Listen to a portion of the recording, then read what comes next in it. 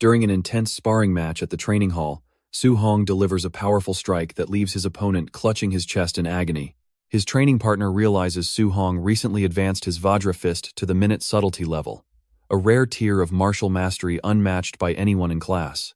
While Su Hong eagerly demands to continue their grueling session, his exhausted friend refuses and hurries home to eat, waving goodbye to stern Teacher Li.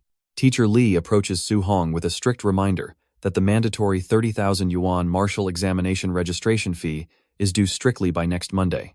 Left entirely alone under the empty training hall lights, a stressed Su Hong fiercely punches the air while agonizing over the massive registration cost. Orphaned at 3 by a ferocious beast disaster, Su Hong thinks of his devoted aunt and uncle who sacrificed everything to support his martial talent.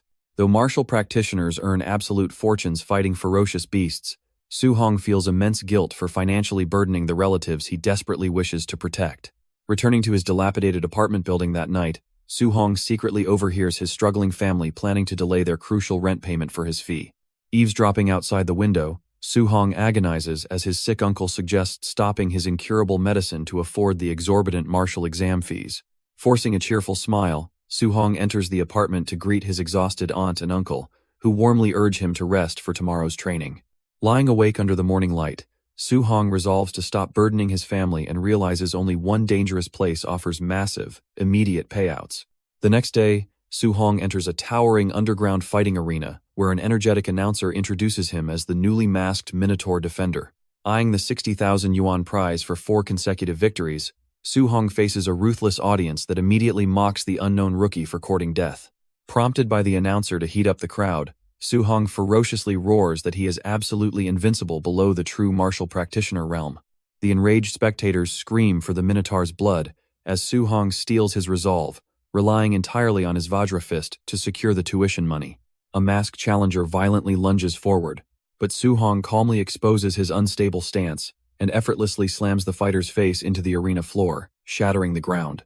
As Su Hong stands over his unconscious opponent, the enthusiastic arena announcer immediately declares his first victory, whipping the amazed crowd into a roaring frenzy. A muscular second challenger steps up confidently, but Su Hong eagerly welcomes the clash, beckoning the large man forward to properly test the power of his Vajra fist. Their fists violently collide in a massive shockwave, allowing Su Hong to easily overpower the stunned man before delivering a devastating knee strike to his exposed waist. The second challenger collapses motionless onto the cold floor, prompting the energetic announcer to enthusiastically broadcast the masked Minotaur's second consecutive victory. High above the roaring crowd, a wealthy VIP watches the one-sided massacre, recognizing that this unknown fighter possesses terrifying talent far surpassing any ordinary martial apprentice. The VIP spectator notes Su Hong's impressive 3-win streak and orders a masked, true martial practitioner to secretly test and recruit the Minotaur. As medics carry away his defeated opponent, Su Hong eagerly anticipates winning just one final match to claim the grand 60,000 yuan prize. The crowd erupts in shock as the renowned White Fox suddenly enters the arena, protesting that a quasi-martial practitioner challenging an apprentice is completely unfair. Despite sweating at the daunting challenge, Su Hong solidifies his resolve to win while the arrogantly smirking White Fox casually promises to go easy. The energetic announcer declares the final defense match, prompting both fighters to dash forward, as Su Hong immediately unleashes his full power against his superior foe. Their fists violently collide in a massive shockwave, forcing Su Hong back as he realizes his opponent is actually a genuine martial practitioner, suppressing his energy. Inhaling deeply, the White Fox unleashes a devastating Thunder Rush fist directly into Su Hong's chest, causing him to violently cough up blood from the terrifying impact. Spectators declare the Minotaur finished as the White Fox relentlessly pummels Su Hong with a high-speed barrage of strikes, demanding the defending champion fight back. As the White Fox unleashes a relentless barrage of strikes, Su Hong desperately searches for an opening but gets violently kneed in the face and sent crashing down. Stepping on the defeated Minotaur, the White Fox offers the prize money if he agrees to secretly throw future fights, but Su Hong fiercely rejects the shameless proposition. Declaring negotiations over, the masked practitioner leaps forward to permanently cripple his opponent, but Su Hong's eyes fiercely glow as he narrowly evades the devastating finishing blow. Shocking his opponent, Su Hong forces himself back up through sheer willpower, determined to become a true martial practitioner to repay his disabled uncle and devoted aunt. As a mysterious holographic interface suddenly manifests and demands to know what he will sacrifice for his family, A roaring Su Hong radiates explosive, fiery energy and offers everything. Transported to a strange digital realm, a confused Su Hong regains his footing and questions his mysterious new surroundings. A colossal golden entity manifests before the young fighter, offering him a chance at power as glowing energy swirls around his body. A holographic interface materializes, displaying his current physical attributes, martial arts proficiencies, and an active quest titled Way of the Arena. The system issues a mission to master his techniques and defeat the White Fox, instantly summoning a glowing digital clone as a beginner's guide. The luminous phantom launches a rapid assault, executing the Vajra fist with flawless textbook precision while Su Hong scrambles to defend himself. Realizing the system is providing a perfect role model, the determined martial artist eagerly engages his glowing counterpart in intense, high-speed sparring. The relentless clone lands a devastating blow that sends Su Hong skidding backward, forcing him to desperately brace himself against the overwhelming impact. Checking his newly updated interface, an exhilarated Su Hong discovers his Vajra fist mastery rapidly increased, proving this realm accelerates his martial evolution. Su Hong relentlessly clashes with his glowing clone, pushing his physical limits as his combat proficiency rapidly surges across the floating digital interface. Upgrading his footwork to the micro level, the determined fighter closes the distance and shatters the glowing phantom with a flawless, fully mastered Vajra fist. Panting amidst dissolving golden shards, Su Hong receives a system notification congratulating him on completing his mission and offering a prompt return to reality. Accepting the system prompt, Su Hong instantly materializes back in the physical underground arena just as the frustrated White Fox aggressively lunges toward him. The masked challenger unleashes his signature Thunder Rush fist, but a newly enhanced Su Hong effortlessly sidesteps the strike, bluntly calling the attack too slow. Su Hong retaliates with a devastating knee strike that shatters his opponent's mask, leaving the fierce challenger unconscious on the floor before a stunned audience. Standing over his fallen opponent, the victorious Minotaur bluntly demands his 60,000 prize money from the stunned announcer, while the VIP spectator watches in disbelief. Astonished that a lowly apprentice mastered such an advanced martial art, the wealthy spectator orders his suited bodyguards to uncover the mysterious fighter's true identity. Walking home in street clothes through a desolate alleyway, Su Hong senses his pursuers creeping in the shadows and instantly vanishes, leaving the bodyguards completely baffled. The suited bodyguards search the alleyway, while Su Hong suspends himself high above between the narrow brick walls to easily evade their tracking. Returning home an hour later, Su Hong presents the massive cash stack and convinces his shocked aunt and uncle that a generous dojo master sponsored his training. Sitting alone on the rooftop, Su Hong happily reflects that his tournament prize money completely resolves his exam fee, rent, and his aunt's medical expenses. Examining his system interface, Su Hong discovers the 67 martial value points he earned can upgrade his stats and immediately tests the function on his vitality. Pouring his remaining points into vitality, Su Hong unleashes a fiery aura, instantly heals his lingering wounds, and officially reaches the physical level of a quasi-martial artist. Bursting with endless new strength, Su Hong leaps across the moonlit rooftops and heads straight to the high school drill ground to test his current combat power. Su Hong approaches the Tier 1 combat power tester, channeling 70% of his newfound strength into a devastating, fiery punch that strikes the heavy machine. Horrified as the machine violently sparks and shatters, Su Hong desperately flees the scene when a loud voice demands to know who is making noise. An angry elderly staff member discovers the ruined tester and mistakenly vows to severely punish two troublemaking students, Chen Shan and Li Tu, for the damage. Inside the packed high school gymnasium the next day, a guilty Su Hong sweats nervously as classmates gossip about Chen Shan taking the blame and getting beaten. The principal introduces Tier 3 martial artist Chen Tian, stunning the students by offering free lessons for the highly expensive C-rank martial art, Thunder Rush Fist. Recognizing the devastating technique as the exact same one the White Fox used, Su Hong clenches his fist and vows to seize this priceless learning opportunity. Stepping forward, Chen Tian demonstrates the domineering punches, explaining that the technique scales from producing a single thunderclap at the basic level to 7 when mastered. Chen Tian executes a powerful strike, explaining that perfect mastery produces 9 thunderous sounds, and instructs the eager students to follow his second demonstration. Several hours later, the exhausted students collapse in defeat against the sheer difficulty of the C-rank technique, completely failing to notice that Su Hong has quietly slipped away. Channeling a faint, fiery aura, Chen Shan successfully achieves the basic level, prompting the proud school principal to present the bandaged student as their #1 genius. Walking outside, A disappointed Chen Tian dismisses Chen Shan's feat as barely passing, complaining to the principal that true martial cultivation requires exceptional innate talent. Suddenly, deafening thunderclaps echo across the campus as Su Hong stands alone, effortlessly channeling intense lightning to execute the staggering 7-sound Thunder Rush fist. Su Hong unleashes a massive shockwave that resonates with 9 distinct sounds, leaving the observing principal and Chen Tian utterly paralyzed by the student's instant mastery. Watching the flawless execution triggers a sudden epiphany in Chen Tian, allowing the veteran martial artist to instantly break through his own bottleneck and achieve 8 sounds. Desperate to identify the peerless prodigy, Chen Tian and the principal furiously sprint onto the open sports field, only to discover that the mysterious student has already vanished.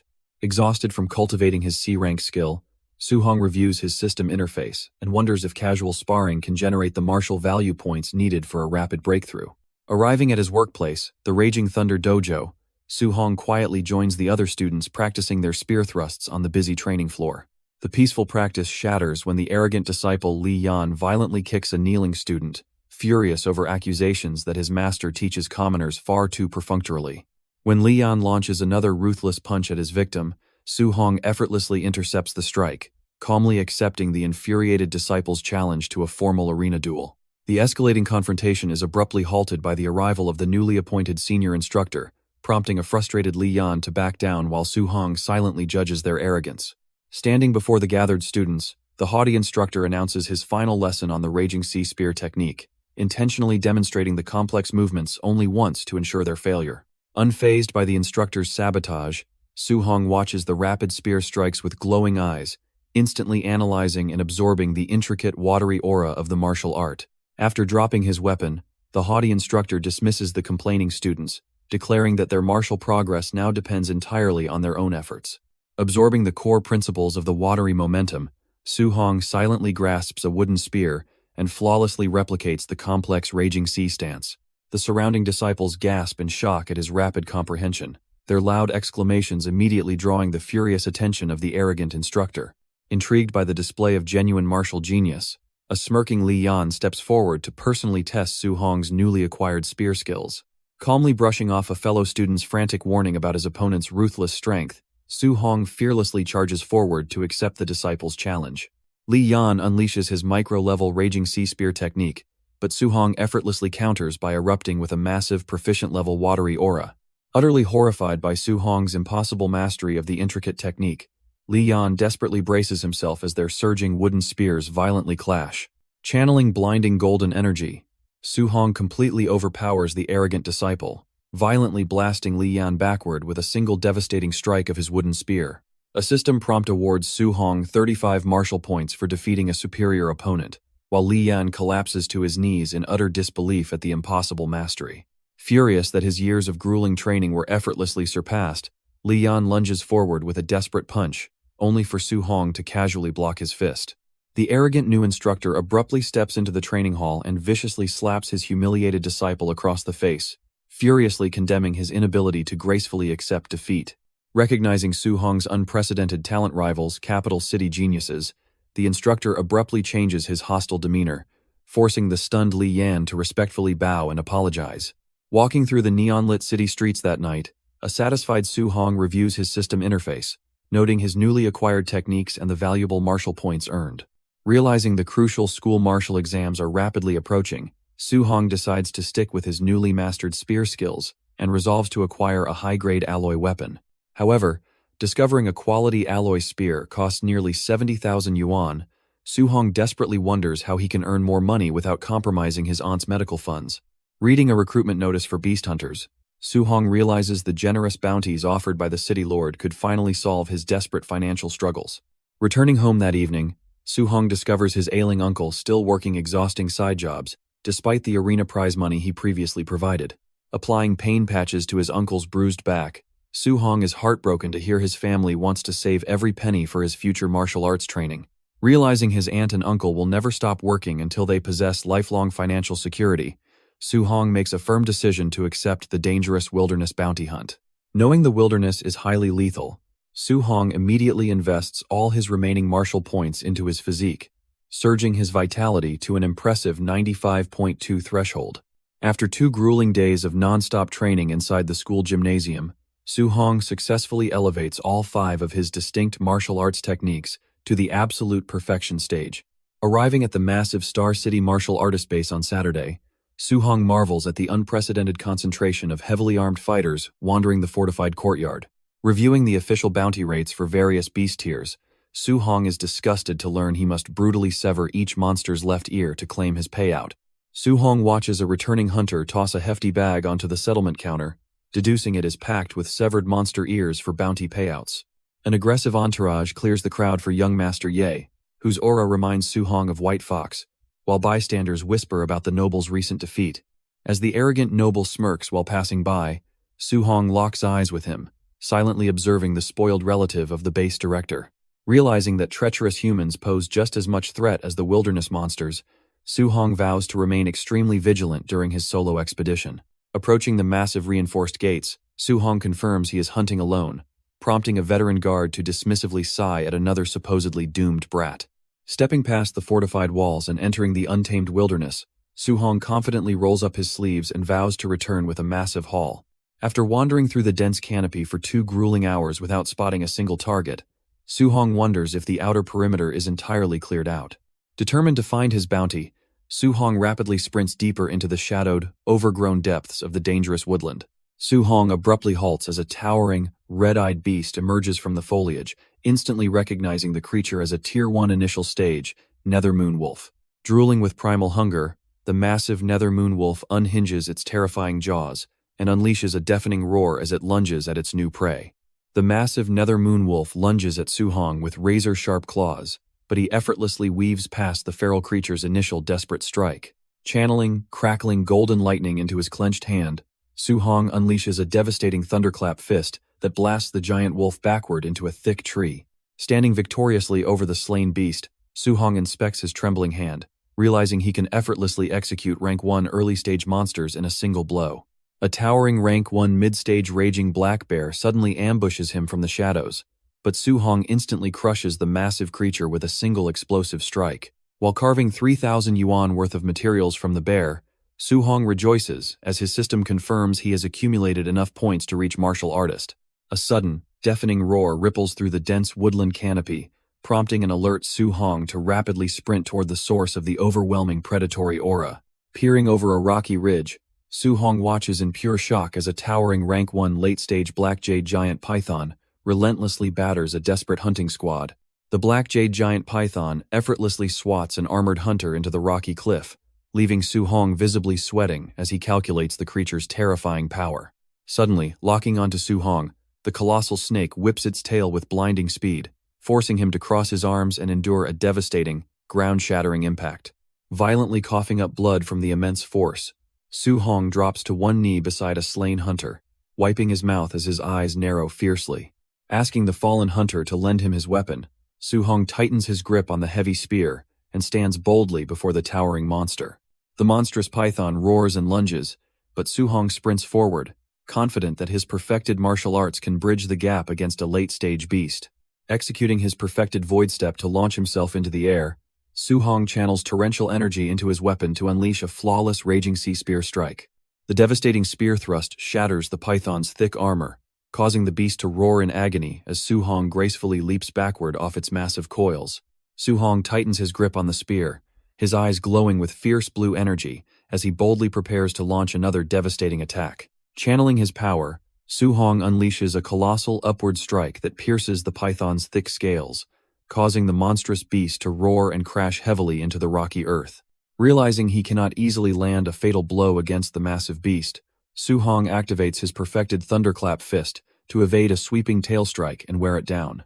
Panting heavily from the exhausting hit-and-run tactics, Su-hong notices the trembling python reaching its absolute limit and boldly readies his spear for the final, decisive blow. Suddenly, a sinister new presence interrupts the battle, leaving Su-hong stunned as a massive, masked combatant with glowing red eyes leaps from the cliffs with a manic laugh. Before Su-hong can react, the masked attacker unleashes a devastating, glowing red punch that sends him violently flying backward, leaving him bruised and coughing up blood. Recovering from the ambush, Su-hong glares as young Master Ye arrives with 4 martial artists, arrogantly demanding the critically injured black jade giant python. Assuming Su Hong merely stumbled upon the dying beast, Ye mocks his survival, while Su Hong calculates the dire odds of facing 5 martial artists simultaneously. Refusing to surrender his prize, Su Hong fiercely summons his lightning energy, declaring the masked brute only landed a blow due to a cowardly sneak attack. Meeting the giant's charge head-on, Su Hong unleashes a devastating Vajra fist, instantly shattering the attacker's guard and completely overwhelming his terrifying physical strength. As the masked attacker collapses, Ye recognizes the flawless Vajra fist and reveals his true identity as White Fox, furious about his previous humiliating arena defeat. Dropping all pretense, Ye ruthlessly orders his remaining men to kill the boy, forcing Su Hong to rapidly retreat into the treacherous depths of the wilderness. Pursuing Su Hong into the dense foliage, the overconfident henchmen foolishly dismiss the tactical danger of an ambush, relying entirely on their superior numerical advantage. Striking from the shadows, Su Hong instantly ambushes a pursuing henchman, landing a devastating fatal blow before young Master Yi can even react. The remaining thugs panic upon recognizing Su Hong's flawless 9-echo thunderclap fist, terrifying Ye, who realizes his target somehow possesses multiple perfected martial techniques. Resting briefly in the high canopy, Su Hong acknowledges his depleted vitality from the python battle and commits to eliminating the arrogant pursuers one by one. Dropping seamlessly from the branches, Su Hong ambushes the group again, effortlessly slaughtering a heavy blade wielder with a lightning-fast downward strike. The final henchman begs Ye to retreat, but as Ye stubbornly refuses, Su Hong blurs behind the terrified guard and ruthlessly crushes him into the earth. Realizing Su Hong's horrifying power growth in mere days, Yi panics as the teenage martial artist uses rapid footwork to vanish completely from his sight. Su Hong drops down to attack, but young Master Ye fiercely counters by unleashing a powerful blue energy beam called the Void-Shattering Finger. Deflecting the initial strike, Su Hong rapidly evades a barrage of consecutive beams, recognizing the technique's immense power as a potential Class B martial skill. Enraged, Yi threatens to slaughter Su Hong's entire family, instantly triggering a dark, murderous intent in the agile teenager as he weaves through the lethal crossfire. While Yi arrogantly brags about his influential relatives, Su Hong suddenly blurs right beside him, his fist glowing red as he coldly mocks the young master's sudden cowardice. Su Hong ruthlessly drives a devastating, energy-charged punch directly into Ye's face, launching the arrogant noble backward to violently crater into a solid stone wall. Su Hong ominously warns Ye about threatening his family, leaving the bleeding noble to question his impossible strength before realizing a colossal python looms directly behind him. The terrified young master freezes as the colossal python abruptly swings its massive tail, prompting Su Hong to realize the ferocious beast has fully recovered its stamina. 2 armed henchmen arrive searching for Ye, but quickly panic when Su Hong violently sprints past them with the towering, enraged python right on his heels. The towering python brutally crushes the fleeing henchman, unexpectedly triggering Su Hong's system to reward him with 30 martial value points for indirectly killing opponent martial artists. Narrowly dodging the ferocious python's snapping jaws, Su Hong realizes he has accumulated enough martial value to break through and urgently searches for a safe refuge. Spotting a nearby cave, Su Hong quickly dives inside, causing the pursuing colossal python to violently crash its massive head against the narrow rocky entrance in frustration. Safely shielded from the raging monster, Su Hong frantically spends his accumulated points, igniting a scorching magma-like surge of physical energy to rapidly upgrade his base vitality. Su Hong spends his points to push his vitality to 100, successfully breaking through to a Tier 1 martial artist before confidently confronting the giant python. Engulfed in fiery red energy, Su Hong fiercely dashes forward and delivers a devastating blow that sends the colossal beast flying back in roaring agony. Charging his Vajra fist, Su Hong fearlessly leaps directly onto the towering python's scaled body and unleashes a crackling red lightning strike against the beast. Straining against the monster's immense durability, Su Hong grips his spear tightly and violently drives the weapon down into the creature with explosive blue force. Igniting his energy once more, Su Hong executes the Thunder Rush Fist, raining down a brutal barrage of golden strikes that violently smashes the python into the ground. Standing victorious atop the slain beast, Su Hong earns 92 martial value points, jokingly pondering how to harvest a snake's ear for bounty before finally heading home. Leaving the canyon, Su Hong approaches the unconscious and bloodied young Master Yi, coldly stating that the arrogant aristocrat got off easy. Searching the defeated aristocrat's body, Su Hong successfully uncovers the physical manual for the B-rank Void-Breaking Finger martial technique. Setting up a campfire near the python's corpse, Su Hong memorizes the manual's introduction and prepares to use the system to accelerate his training. Battling his glowing system clone, Su-hong repeatedly absorbs devastating energy strikes, forcefully pushing his comprehension of the void-breaking finger to the basic realm. Coughing from the immense physical strain of the advanced skill, Su-hong spends the next 3 days hunting ferocious beasts to test his new power. Confronting a massive ferocious bear, Su-hong effortlessly pierces the beast with a concentrated blue energy beam, instantly elevating his void-breaking finger to the perfect realm. Arriving back at the bustling martial artist base, Su-hong walks past rugged hunter squads boasting about their profitable, hard-earned wilderness harvests. Dumping a massive sack onto the exchange counter, Su-hong stuns the entire hall by cashing in over 100 Tier 1 beasts for 406,000 coins. Realizing his massive bounty is drawing unwanted attention, Su-hong quietly regrets hunting so many ferocious beasts. Suddenly, chaos erupts at the base entrance as base person in charge Ye-chi furiously orders a complete blockade. Questioned by his shocked subordinates, the enraged supervisor reveals that his nephew, Ye Feng, and 4 escorts were completely wiped out. The surrounding hunters secretly rejoice over the notorious aristocrat's death, while Su-hong quietly attempts to slip away through the crowd. Declaring a B-rank manual missing, Ye-chi mandates mandatory body searches, though Su-hong remains confident the giant python masked his involvement. Suspecting he is being targeted, Su-hong watches as the menacing supervisor parts the crowd to confront him over his unbelievable 400,000 coin haul. Assuming Su-hong scavenged Ye Feng's pack, a female subordinate orders 2 guards with flaming fists to violently search the young martial artist. Moving faster than the guards can track, Su-hong instantly draws his weapon and levels his spear directly at the terrified attacker's throat. Revealing his identity as a Star City High student, Su-hong forces the hesitant supervisor to back down to avoid offending a heavily protected genius.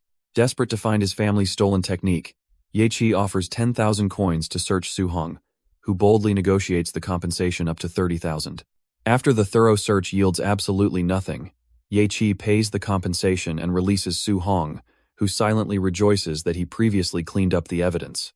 Leaving the lockdown base behind, Su-hong heads to an underground hotel to shower and prepare for his official martial artist assessment. Checking his mysterious system interface, Su-hong realizes he has hoarded 534 martial points and contemplates how to reach the mid-stage rank requirement of 200 vitality.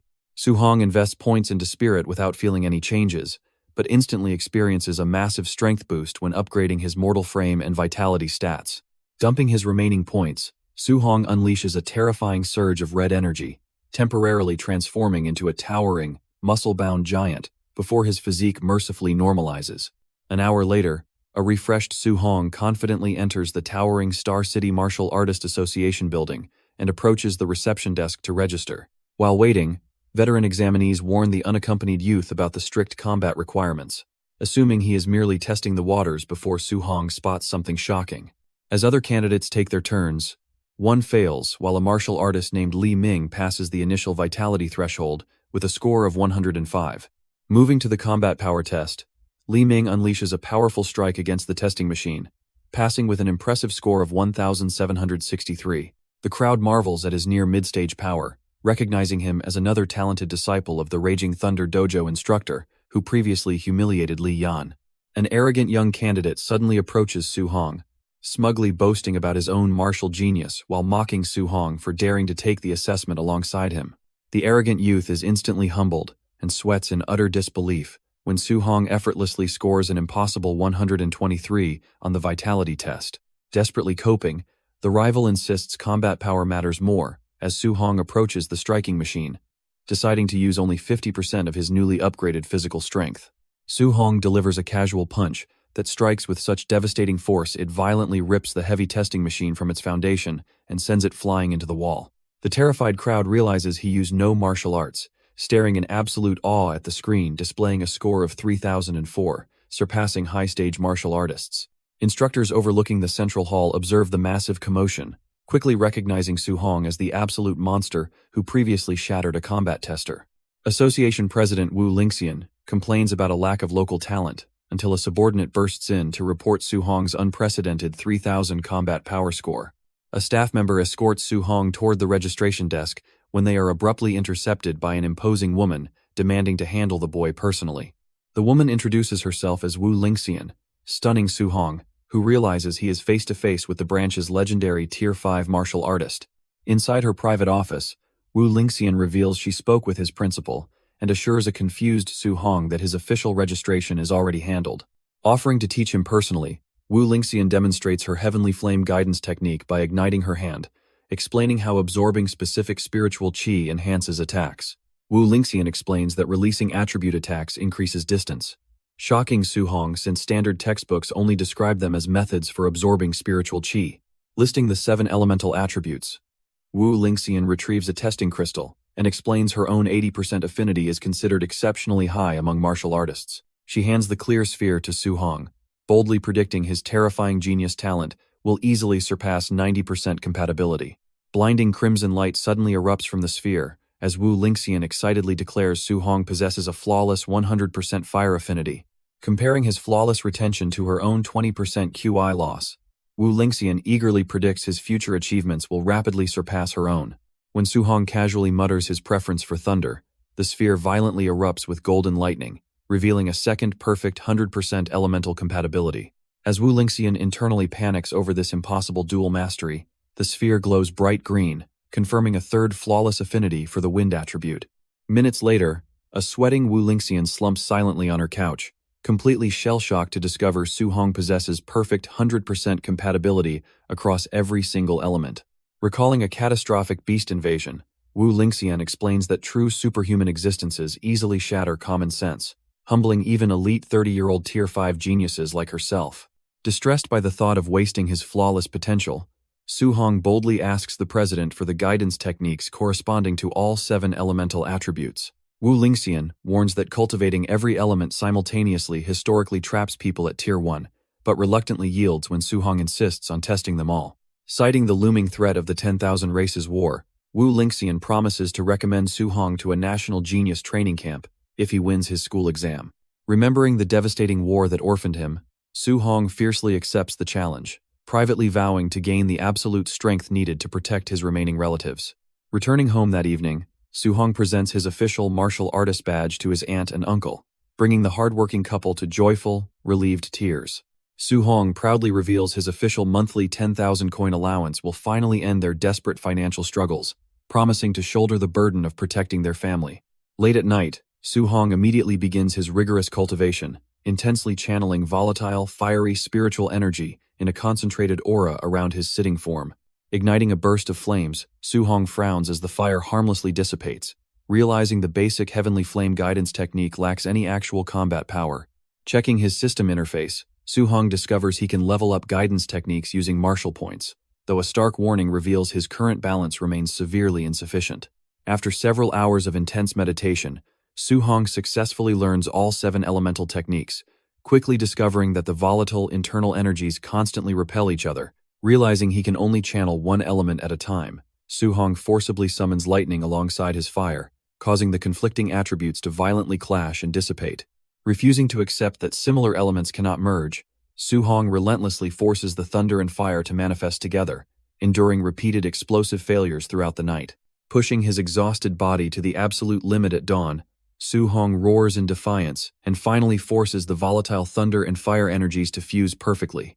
Exhausted after successfully fusing the thunder and fire attributes, Su Hong visits the Star City Citizen Martial Arts Plaza, selecting a durable Rank 3 combat tester.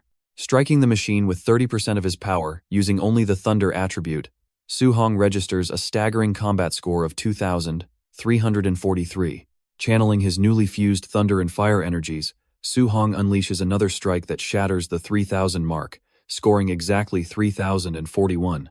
Realizing his 30% strength already surpasses a high-stage Rank 1 martial artist, Su Hong marvels at the potential devastation of fusing all 7 elements. Struggling to merge a third attribute, Su Hong checks his Level 1 guidance techniques and resolves to earn martial points during the upcoming monthly exam. The next day at Star City High No. 1, the principal announces an intensive training camp led by a Rank 7 Grandmaster for the top 3 students. While his classmates cheer wildly, a confused Su Hong realizes Wu Lingxian lied by claiming he needed to secure first place to earn a spot.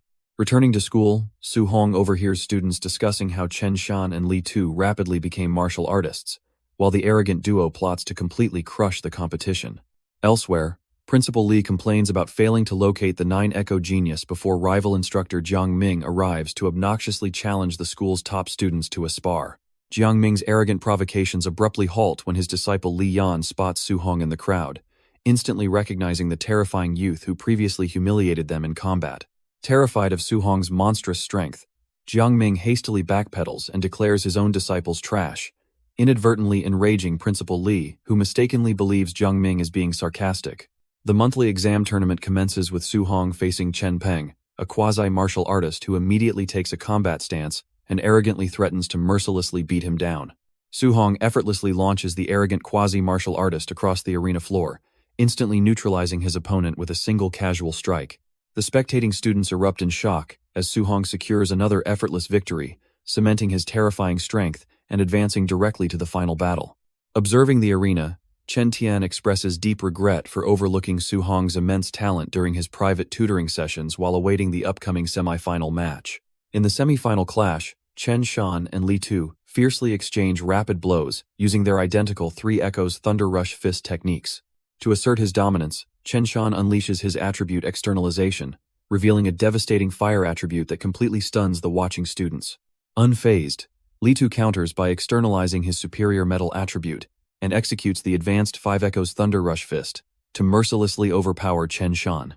Chen Tian highly praises Li Tu's rapid micro-level mastery, confidently declaring that Su Hong possesses absolutely no chance against Li Tu in the upcoming final. A confident spectator wagers 50,000 on Su Hong, prompting Principal Li to eagerly accept the bet since the boy lacks a proper guidance technique.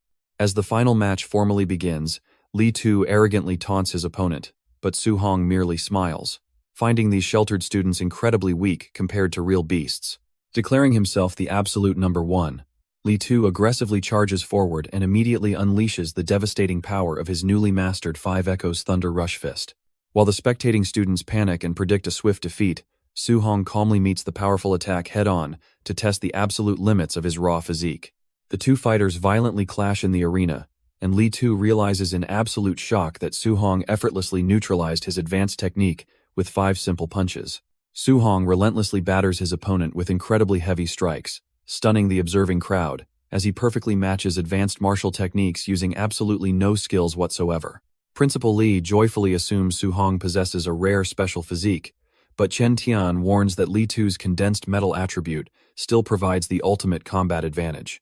Li Tu aggressively launches his full-power assault, prompting Su Hong to finally stop relying solely on his physical body and show genuine respect. Su Hong violently externalizes his terrifying thunder attribute, leaving Principal Li and Chen Tian absolutely stunned by his unprecedented dual mastery. The two fighters violently clash, and Li Tu instantly realizes in shock that Su Hong's raw thunder attribute completely overpowers his condensed metal attribute. Matching his opponent's ultimate attack, Su Hong unleashes the Thunder Rush Fist with devastating explosive force and ruthlessly strikes Li Tu down. Horrified that Su Hong achieved the impossible 9 Echoes perfect realm, Li Tu crashes down defeated while the spectating students erupt in absolute disbelief. Principal Li finally recognizes Su Hong as the mysterious Shattered Machine genius, while Chen Tian declares this monster will dominate the upcoming elite training camp. As Su Hong calmly walks away victorious, the awestruck instructors realize this tiny city can no longer contain a supreme talent destined for the imperial capital. Su Hong returns home and happily informs his delighted uncle that he secured first place in the exam and qualified for the elite training camp. A sudden knock interrupts them as a wealthy woman introduces herself as fourth-place Lin Nian's mother, arrogantly offering Su Hong 30,000 to forfeit his spot. Rebuffed by their silence, she angrily warns that camp candidates face lethal competition on the All-Heavens battlefield, terrifying Su Hong's aunt with the sudden revelation of extreme danger. Calming his panicked wife, the uncle seriously questions Su Hong's safety, and upon hearing his confident guarantee, firmly rejects the woman's arrogant interference to side with his nephew. The family decisively ejects the furious mother from their apartment, leaving her shouting bitter curses about Su Hong's inevitable elimination from the upcoming training camp. Su Hong apologizes for hiding the camp's lethal risks, but his uncle smiles warmly, declaring their unwavering support for his martial journey and educated judgment. Hearing his uncle prioritize his safety over rankings, Su Hong smiles warmly and promises to return unharmed. Standing on a rooftop at night, Su Hong resolves to become much stronger to protect his family and honor their high expectations. Opening his system interface, Su Hong decides his 285 martial points are insufficient and prioritizes upgrading his physical combat power against elite geniuses. Pouring points into his physique, Su-hong endures intense physical strain as he rapidly elevates his mortal body to 64.6%. Discovering his thunder and heavenly flame guidance techniques leveled up naturally, Su-hong summons both elements and pushes to advance them further. Cultivating intensely until dawn, Su-hong opens his eyes to realize both elemental guidance techniques reached level 3, boosting his vitality to 126. Departing for the elite training camp with his spear, Su-hong bids a confident farewell to his aunt and loudly encouraging uncle. As Su-hong walks away, his uncle immediately begins trembling, tearfully admitting to his wife that he only feigned confidence to ease his nephew's mind. Strolling down the street toward the camp, Su-hong pauses as a speeding red sports car abruptly drifts to a violent halt directly in his path. Wu Lingxian abruptly orders Su-hong into her speeding sports car as they tear down the highway toward his destination. Questioned by Su-hong, Wu Lingxian warns that several elite camp participants are already Tier 1 high-stage monsters, utilizing powerful B-rank martial skills. Though lacking elite resources, Su-hong remains entirely unfazed by the B-rank threats, impressing Wu Lingxian with his unshakable confidence and calm mental state. Transferring to a transport van, Su-hong enters the massive Tianlin mountain range, a deadly wilderness harboring terrifying beast kings comparable to rank 7 grandmasters. Ferocious beasts brutally slaughter one another in the surrounding forest, making the lethal territory entirely impassable for any ordinary low-ranking martial artist. As glowing red eyes track their van, panicked students dread an ambush, while Su-hong tightly clenches his fist, genuinely thrilled by the brutal competition ahead. Arriving at the fortified wilderness encampment, Su-hong eagerly assesses the gathered martial students while wondering how strong his competitors truly are. The intimidated classmates fall completely silent under the heavy atmosphere, but a confident Su-hong cheerfully leads them forward into the gathering area. A stern exam supervisor halts their advance, instructing the impatient students to wait for the arrival of major families before starting the entrance exam. A convoy of luxury vehicles arrives, delivering 3 legendary elites, the telekinetic Xiao Yan, the near rank 2 Lin Xing, and the massively powerful Wang Tiantuo. As the arrogant elites stride past the commoner candidates, Su-hong watches them closely, eager to test the true strength of Star City's top geniuses. The supervisor announces that candidates must traverse 30 kilometers into the perilous Tianlin mountain range and extract embedded tokens from ferocious beasts to qualify. While ordinary students panic over the lethal 8-hour trek, Su-hong grins, realizing he has ample time to slaughter ferocious beasts and farm martial points. Panicking students heavily protest the unfair luck-based exam, terrified of encountering lethal, ferocious beasts far beyond their current combat levels. The stern supervisor mercilessly rebukes them, declaring that surviving the all-heavens battlefield requires accepting the brutal reality where the strong prey upon the weak. A confident suited candidate mocks the terrified students as worthless trash, instantly provoking an infuriated rival to threaten him with crippling violence. The supervisor coldly announces that while fighting is prohibited inside the encampment, all violent token snatching and brutal brawls are fully permitted within the mountains. The arrogant suited candidate keeps his hands pocketed, while effortlessly repelling his furious rival's sudden punch with a defensive burst of blue lightning aura. Observing the ruthless infighting rules, Su-hong eagerly wonders if crushing his fellow competitors will grant him massive amounts of martial points. The supervisor officially initiates the exam, prompting the massive horde of desperate candidates to frantically charge forward into the dense mountain range. Deep within the forest, the suited candidate relentlessly chases his rival, easily overpowering the man's desperate fiery counterattack with a concentrated blast of lightning. Unleashing a devastating high-speed barrage of lightning-infused strikes, the suited candidate mercilessly pummels his helpless opponent backward against a heavy tree trunk. Observing from a high branch, a completely disappointed Su-hong dismisses the weak candidates and decides to hunt high-level ferocious beasts for points instead. The suited candidate violently locks hands with his furious rival, arrogantly mocking his hard work while bragging about his family's vast generational wealth. Observing the brawl, Su-hong eagerly decides to claim their martial points and casually interrupts, carrying his wrapped spear while inviting them to fight him instead. The hot-headed rival furiously warns Su-hong to back off, but Su-hong calmly suggests the two fighters should simply team up against him instead. Enraged by the perceived disrespect, the hot-headed candidate charges forward, only for Su-hong to instantly blitz him with a single devastating punch that knocks him unconscious. The suited candidate watches in absolute shock as his equally matched rival is effortlessly crushed in a single terrifying move. Utilizing blistering footwork, Su-hong immediately pivots and ruthlessly smashes his wrapped spear directly into the panicked suited candidate's face, sending him flying backward. Standing victoriously over the two unconscious elites, Su Hong coldly rebukes them for arrogant behavior and for looking down upon ordinary cultivators. Inside the surveillance room, the exam supervisor observes the instant takedown, coldly refusing to eliminate the groaning candidates because neither actively requested an emergency rescue. The battered suited candidate curses his unprecedented humiliation, while his groaning rival bitterly blames his own carelessness for losing to the mysterious kid. Sharing their humiliating defeat, the two former rivals quickly apologize to one another and unite, vowing to track Su Hong down and exact their brutal revenge. Sprinting deep into the dense forest, Su Hong suddenly halts as he spots yet another massive pack of rank 1 early-stage giant-fanged boars. As the vicious boars roar and charge forward, Su Hong mercilessly obliterates the entire charging pack with a devastating blast of his 9 Echoes Thunderclap fist. Surrounded by floating system prompts, Su Hong sighs in disappointment as his martial point rewards continue shrinking due to his rapid growth in power. Searching the massive pile of slaughtered beasts, Su Hong realizes none dropped a token, deducing that only higher-level ferocious beasts carry the vital exam items.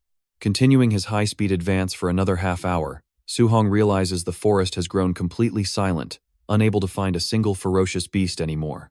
Spotting a massive rank 1 high-stage netherknight black tiger, Su Hong eagerly leaps forward and instantly crushes the ferocious beast with his void-shattering finger. Securing the kill with a devastating spear thrust, Su Hong earns 35 martial points and confidently notes his overwhelming power against high-stage targets. Slicing open the slain tiger's belly, Su Hong finally retrieves a red assessment token, disappointed that it took over 3 hours to locate just one. Realizing the deeper mountain zones hold stronger but fewer beasts, Su Hong deduces he can earn more martial points by hunting large quantities of weaker prey. With 5 hours remaining in the assessment, Su Hong reverses course to max out his mortal frame progress, leaving behind a massive trail of slaughtered beasts. Encountering a massive, bloodthirsty bear in the forest, Su Hong rapidly evades its lethal claws and delivers a blinding flurry of devastating counterattacks. Thrilled to finally locate a mid-stage rank 1 beast after slaughtering dozens of weaker prey, Su Hong obliterates the giant bear with a massive blazing punch. Following his devastating strike, Su Hong brutally launches the massive bear backward, completely shattering a thick tree trunk with the beast's immense weight. Realizing his enhanced physical strength can now effortlessly crush mid-stage beasts, Su Hong eagerly resumes hunting to gather his remaining martial points before time expires. A sudden deafening commotion completely interrupts his hunt, as Su Hong looks up in absolute awe to witness the legendary Golden Rock Beast King soaring overhead. The colossal beast unleashes a terrifying shockwave with a single wing flap, violently snapping massive trees and forcing Su Hong to desperately brace himself against the gale. Hiding safely behind a large boulder, Su Hong suddenly realizes his recent complacency is entirely misplaced when faced with the overwhelming power of true top-tier entities. Spotting a glowing human figure nearby, Su Hong watches as Rank 7 Grandmaster Qin Tianli confidently confronts the furious Beast King over control of the local territory. Infuriated by the Beast King's stubborn refusal, Qin Tianli unleashes a blinding wave of golden energy and brutally blasts the colossal bird straight out of the sky. Infuriated by the noise, Qin Tianli unleashes a relentless barrage of golden energy, strikes that ruthlessly blast the colossal Golden Rock Beast King backward through the air. Asserting his dominance over the territory, Qin Tianli sternly demands the beast leave, forcing the battered rock to flee while screeching a furious vow of revenge. Ascending high above the mountain range in a blinding golden aura, Rank 7 Grandmaster Qin Tianli loudly announces his identity and orders all trainees to continue their assessment. Watching the overwhelming display of power from his hiding spot, an awestruck Su Hong firmly resolves that he too will one day reach the absolute pinnacle of martial strength. Descending into a fortified monitoring base, Qin Tianli casually complains about the stubborn bird to an audience of awestruck Rank 5 martial artists who eagerly praise his overwhelming might. Dismissing their excessive flattery, the Grandmaster confidently strides into the surveillance room to review the footage, observing that the Beast King's terrifying aura completely incapacitated most common trainees. Spotting Wang Tiantuo effortlessly enduring the pressure, Qin Tianli learns the boy is a Tier 1 high tier, possessing the barbarian god body and son of the city Castellan. The footage also reveals Lin Xinghe executing brilliant wind-attributed movement skills to escape the aura, while spiritual telekinetic Xiao Yan effortlessly deflects the crushing pressure with a wood-attributed shield. Satisfied that these elite youths far exceed their peers, Qin Tianli commands his subordinates to identify the remaining talents scattered throughout the brutal testing grounds. Grandmaster Chin inquires about Star City High's students, but quickly dismisses them as unworthy of their reputation, when Bai Mu reveals they only recently reached the early stages.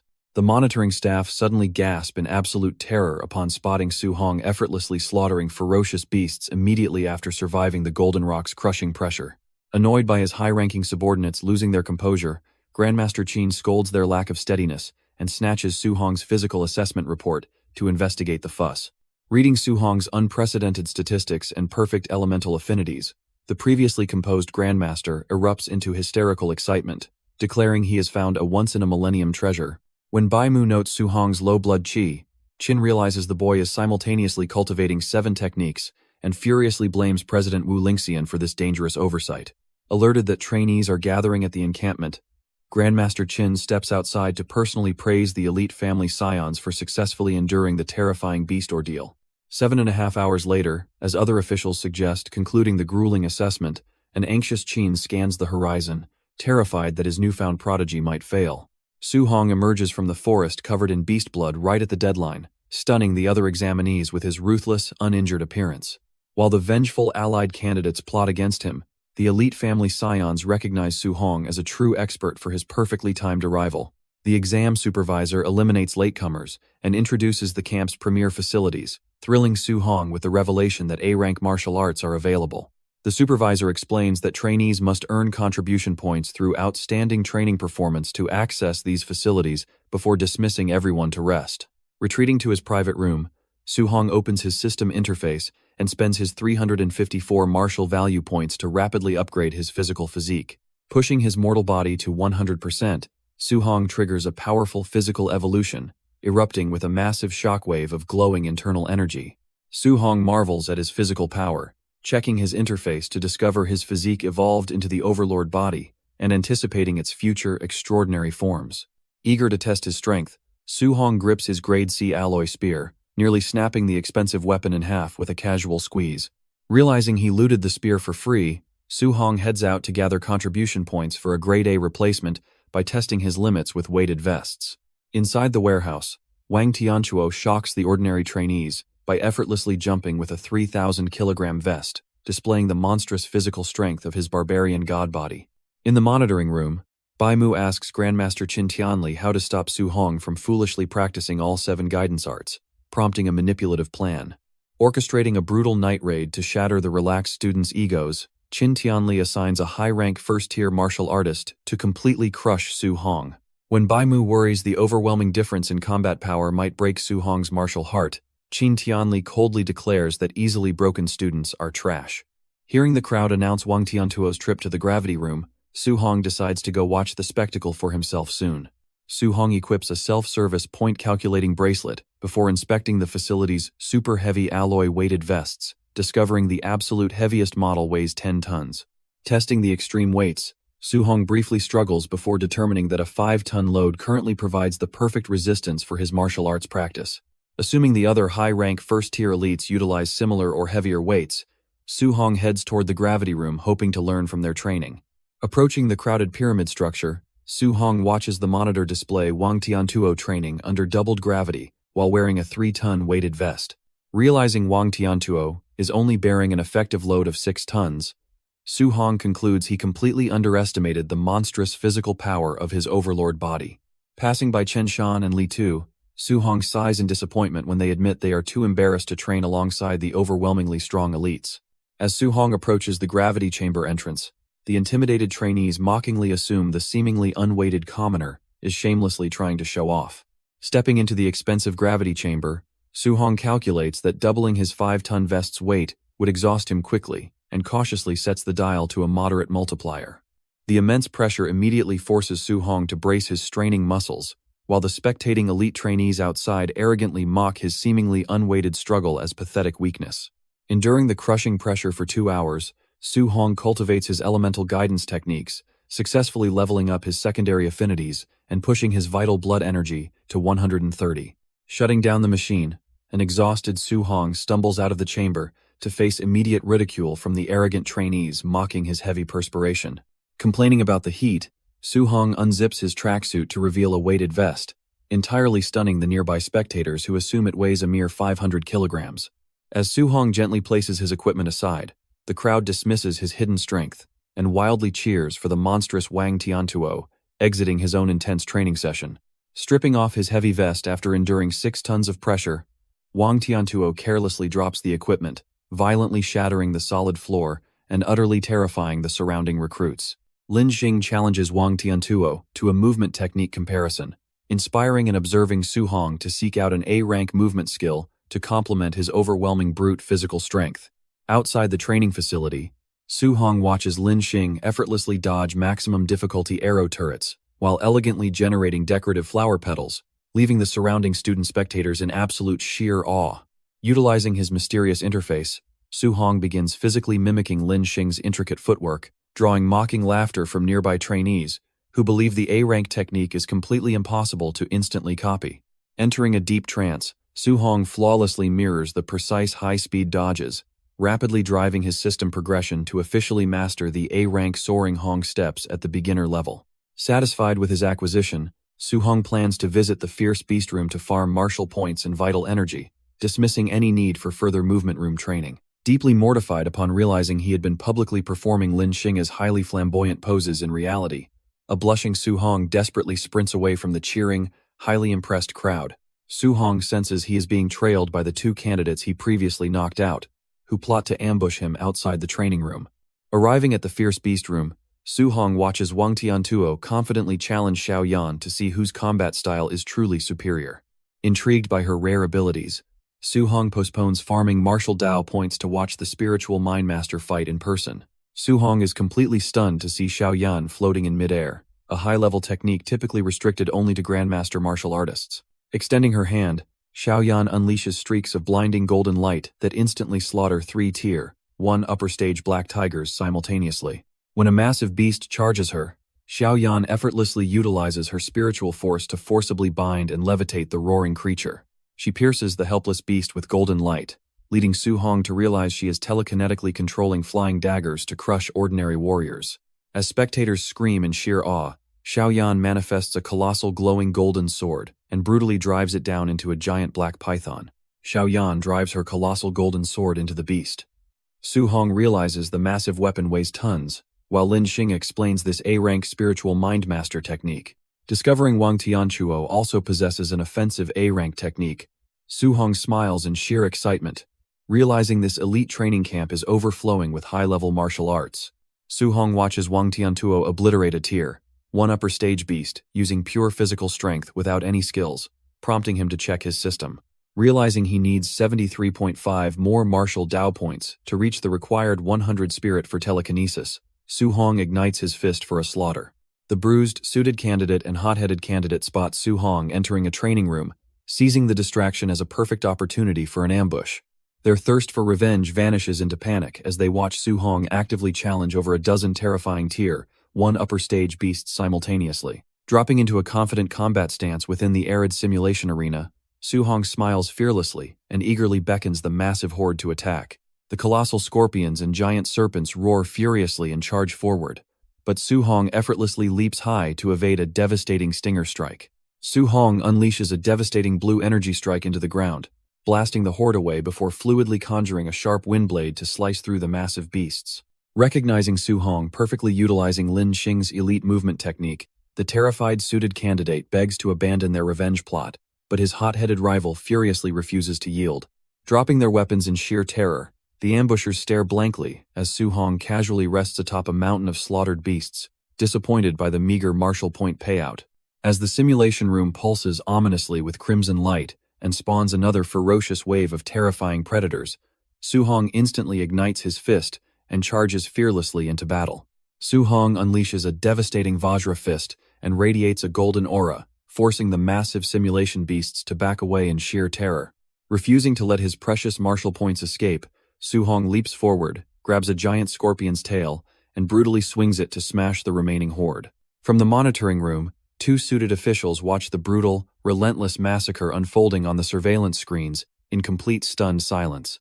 Having witnessed Su Hong's overwhelming might, the suited and hot-headed candidates immediately abandon their revenge plot and decide to slip away quietly.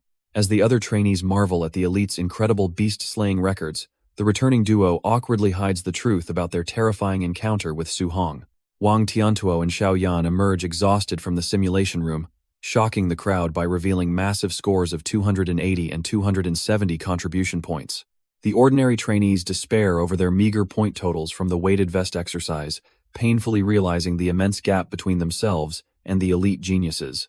While the crowd assumes the top 3 geniuses are absolutely unmatched, the humbled duo secretly knows that a far more terrifying monster lurks in the camp. 1 hour later, the simulation room lies completely wrecked, its walls and shattered terrain painted entirely in blood from a relentless massacre. Exhausted from an hour of non-stop slaughter, Su Hong realizes he earned 700 contribution points and decides to visit the martial arts pavilion. Entering the pavilion, Su Hong discovers that Class A martial arts are prohibitively expensive, but finds the pricing for spirit-gathering pills incredibly reasonable. The clerk assumes the early-stage rookie cannot afford anything, but Su Hong confirms that higher-tier spirit-gathering pills provide superior permanent spiritual power enhancements. Su Hong confidently prover. Prove it. Prove it. Prove it. Prove it. Prove it. Prove it. 2, 5, or 7. Confidently orders a rank 4 spirit-gathering pill, completely stunning the clerk when he reveals his massive balance of 700 contribution points. Suddenly, incredibly enthusiastic, the clerk eagerly hands over the expensive pill and happily sells Su Hong a dual-attribute lightning and fire alloy spear. Returning to his dorm with his new Thunderfire spear, Su Hong reviews his system interface and celebrates his massive daily gains in vitality and guidance levels. Su Hong hopes the Spirit Gathering Pill provides the 25.5 points needed to reach 100 spirit, and excitedly swallows the golden pill to become a spiritual telekinetic. The Tier 4 pill instantly dissolves, flooding Su Hong's body with green energy that thoroughly relaxes his exhausted nerves and vastly expands his sensory perception. Checking his system interface, Su Hong realizes his mental power reached 50.5, leaving him exactly 5 martial points shy of his goal, and regretfully goes to sleep. Inside the training camp warehouse, several veteran martial artists review target profiles, with Bu Jingfeng angrily dismissing the new genius recruits as completely unworthy sparring partners. The other veterans quickly humble him by revealing their assigned ambush targets, Wang Tiantuo and a spirit reader, both possessing overwhelming blood qi, exceeding 300. Bu Jingfeng questions why his assigned target, Su Hong, only possesses 123 blood qi, baffling the others since Qin Tianli assigned their strongest veteran to ambush trash. Grandmaster Qin assures the irritated Bu Jingfeng that despite having only 123 blood qi, Su Hong actually possesses combat power rivaling a Tier 1 high-tier warrior. Demanding he go all out, Qin orders Bu Jingfeng to mercilessly cripple Su Hong, promising a reward while terrifying the veteran with a sadistic smirk. As night falls over the training camp, the veteran warriors launch a sudden, synchronized raid, violently ambushing the panicked recruits inside their dormitories. Awakened by the commotion, Su Hong narrowly dodges backward as Bu Jingfeng violently slices through his reinforced door and shatters his room's floor. Grabbing his spear, Su Hong deduces his attacker is a human Tier 1 high-tier warrior as Bu Jingfeng arrogantly lunges forward with a glowing purple blade. Su Hong smiles confidently, realizing that defeating his attacker will secure the final 5 martial arts points required to become a spirit reader. Bu Jingfeng is shocked that a mere early-stage warrior would choose to counterattack, right before Su Hong violently clashes his spear against the veteran's blade. Struggling against the tremendous pressure, Bu Jingfeng breaks into a sweat, terrified by Su Hong's monstrous combat power that easily rivals a high-tier warrior. Enveloped in a blazing red aura, Su Hong ruthlessly overpowers his opponent and violently knocks Bu Jingfeng across the room with a massive spear swing. Sliding backward to catch his balance, Bu Jingfeng ignites his sword with purple fire, declaring that martial battles aren't decided by raw strength alone. Unfazed, Su Hong channels crackling golden lightning into his spear as Bu Jingfeng leaps into the air to unleash his devastating B-rank blazing slash. Acknowledging the B-rank attack's overwhelming power, Su Hong thrusts his lightning-infused spear upward, violently colliding with the purple flaming blade in a massive, room-shattering explosion. As the dust settles, Bu Jingfeng realizes Su Hong blocked his B-rank technique with raw lightning, mockingly noting the boy lacks a lightning spear technique to secure victory. Smirking confidently, Su Hong openly admits his lack of lightning spear techniques before suddenly igniting his crackling weapon with a blazing aura of fire. Bu Jingfeng stares in absolute disbelief, recognizing the legendary power of thunder and fire attribute fusion that seemingly defies the known laws of repelling elements. Su Hong unleashes a devastating combined elemental strike, forcing a panicked Bu Jingfeng to desperately execute his blazing slash in a futile attempt to deflect the blow. The overwhelmingly powerful Thunderfire Spear instantly shatters Bu Jingfeng's defense, brutally sending the coughing veteran warrior crashing through the floor in a massive rubble explosion. Standing victorious amidst the settling dust and destroyed room, Su Hong calmly receives a system notification, rewarding him with 7 martial Dao points. Su Hong checks his system interface, confirming his spirit reached 50.5 and his martial value hit 497, granting him the required power to become a spirit reader. A few seconds earlier outside, Grandmaster Qin confidently awaits Su Hong's defeat before an unconscious Bu Jingfeng suddenly crashes through a window, leaving Bai Mu utterly horrified. 3 more glowing energy blasts erupt from the damaged building, violently launching the remaining 3 veteran attackers to the ground directly beside their unconscious comrade. Floating from the shattered window, Su Hong arrogantly mocks Grandmaster Qin for sending weak challengers, leaving a watching Wang Tiantuo completely stunned by the pile of defeated veterans. As the elite trainees assume Su Hong faced weak opponents, Bai Mu reveals Bu Jingfeng was the strongest, leaving Grandmaster Qin deeply questioning Su Hong's inexplicable power. Lin Zi frantically sprints toward Grandmaster Qin to report a massive incident, but the dismissive elder calmly assumes a student was merely killed by mistake. Lin Zi frantically informs Grandmaster Qin that Su Hong utilized a rare fusion guidance technique to effortlessly defeat the veteran warrior Bu Jingfeng. Shocked by the absurd claim, Qin grabs Lin Zi, who desperately points to the surveillance footage and the unconscious veteran's Thunderfire battle scars as definitive proof. Realizing Su Hong achieved in 1 month what took humanity's greatest genius 10 years, a stunned Qin declares the boy a true dragon among mortals. Bai Mu questions the technique's overwhelming power, prompting Qin to explain that while attribute fusion enables tier-skipping suppression, the terrifying failure rate usually ruins a practitioner's cultivation entirely. Qin envisions the heaven-defying martial potential of Su Hong, successfully fusing all 7 elemental attributes, imagining him single-handedly stunning the emperors of the 10,000 alien races. After Lin Zi awkwardly interrupts his wildly exaggerated fantasies, a blushing Qin insists he cannot let Su Hong destroy his future potential by pursuing an impossible 7-element fusion. Lin Zi suddenly realizes Su Hong's physical strength violently crushed a veteran with 4 times his vitality, proving his unique physical constitution completely eclipses Wang Tiantuo's barbarian god body. Eager to measure these heaven-defying anomalies, Qin orders a comprehensive combat match for tomorrow, officially pitting Su Hong against Wang Tiantuo and the camp's strongest elite geniuses. Sitting amidst the rubble of his destroyed room, Su Hong begins channeling his gathered energy to break through his limits. Pouring all his martial value into spirit points at once, a radiant blue aura engulfs Su Hong as he finally ascends to become a spirit master. Embracing the wonderful sensation, Su Hong manifests a massive ethereal arm, noting the strange familiarity before scattering the raw spiritual energy.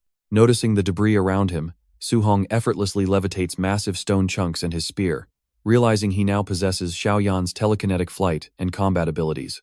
Eager to expand his growing arsenal, Su Hong resolves to perfectly mimic Xiaoyan's A-rank spirit martial art alongside Wang Tiantuo's devastating offensive technique. The next morning, an uncompromising announcement demands everyone gather within 1 minute, sending the battered, complaining students rushing frantically down the stairs.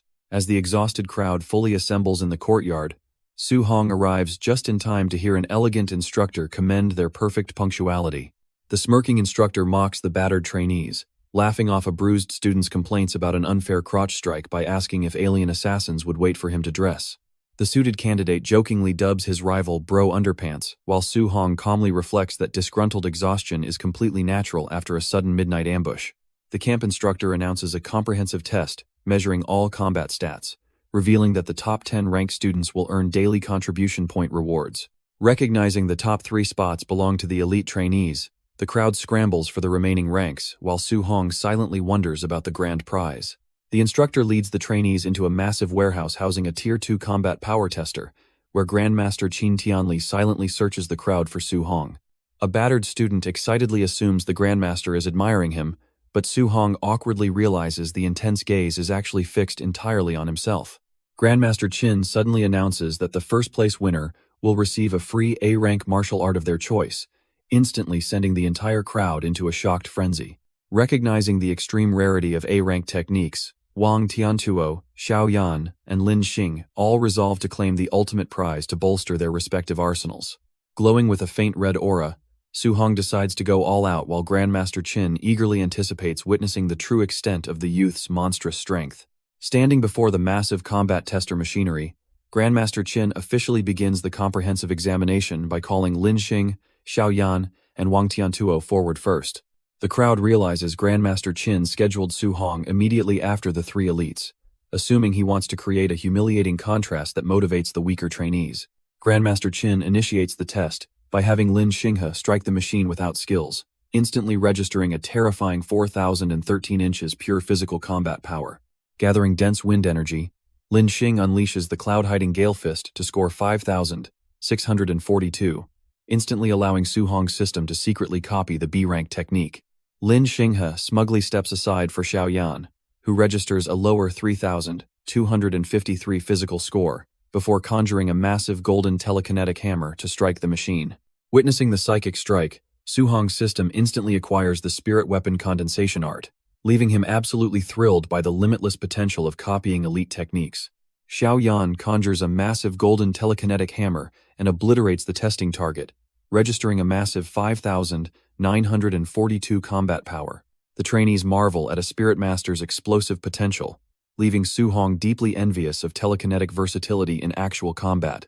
Su Hong secretly attempts the spirit weapon condensation art, quickly aborting the technique after realizing his current spiritual power cannot sustain solid constructs. Shaking off his dizziness, Su Hong watches Wang Tiantuo step forward, eager to compare the famed barbarian god body against his own overlord body. Wang Tiantuo unleashes a pure physical punch, stunning the onlookers by falling only 300 points short of Lin Xinghe's skill-enhanced score. Grandmaster Qin commends the terrifying physical display, prompting Wang Tiantuo to politely bow and prepare his actual skill. Su Hong smiles with absolute anticipation as Wang Tiantuo finally channels glowing energy for his offensive A-rank martial art. Wang Tiantuo channels blazing energy, as Grandmaster Qin immediately recognizes the devastating A-rank bone netherfire fist. Su Hong's system instantly acquires the valuable fire attribute technique, just as Wang Tiantuo slams his blazing fist into the testing machine. Registering an immense 7,534 combat power, Wang Tiantuo proudly accepts Grandmaster Qin's high praise for his incredible martial potential. Grandmaster Qin calls Su Hong next, prompting the other trainees to mockingly assume the supposedly weak student is simply marching toward inevitable humiliation. Instructed to use pure physical strength without any techniques, Su Hong calmly settles into a grounded stance before unleashing a massively explosive punch against the machine. The tester displays a monstrous 6,551 physical combat power, completely shattering the trainees' expectations and leaving Grandmaster Qin utterly stunned by the unprecedented display. As the elite geniuses realize Su Hong possesses the raw power of a Tier 2 martial artist, Su Hong casually asks to perform his technique. Su Hong activates his system interface to rapidly analyze and learn Wang Tiantuo's A-rank bone netherfire fist, pushing the progress bar past 80%. Lin Zi assumes Su Hong possesses only low-level techniques due to his common background, but Grandmaster Qin immediately recognizes the profound energy gathering. Reaching perfect mastery, Su Hong ignites his hands with blazing blue flames, completely shocking the crowd before launching his explosive A-rank attack. Su Hong violently smashes the machine, generating a massive shockwave that blows the onlookers back, as his total combat power hits a monstrous 9,013. Stunned by the Tier 2 high-stage output, the trainees assume Su Hong is hiding his true physical stats until they check the scanner. Su Hong sits inside the vitality tester, displaying a mere 137, leaving the geniuses outraged before calmly stepping out under Qin Tianli's intense gaze. Grandmaster Qin announces a challenge-based practical combat tournament rewarding an A-rank martial art, prompting a confident white-haired student to immediately call out his name. Confidently challenging Su Hong, Lin Xinghe plans to use his superior movement techniques and higher vitality to exhaust his formidable opponent to death. Grandmaster Qin immediately rejects the one-on-one duel, shocking the geniuses by ordering Lin Xing, Wang Tiantuo, and Xiao Yan to attack Su Hong together. Outraged by the perceived insult, Wang Tiantuo arrogantly complains about accidentally crippling him, while Su Hong calmly accepts the 3-on-1 handicap without any objections. Receiving Qin Tianli's signal to begin, Lin Xinghe dashes forward first, secretly planning to launch a hit-and-run wind attack before flanking Su Hong from his blind spot. Wang Tiantuo abruptly screams a warning as Su Hong instantly blurs past the vanguard, appearing directly in Lin Xinghe's face with a devastating glowing palm strike.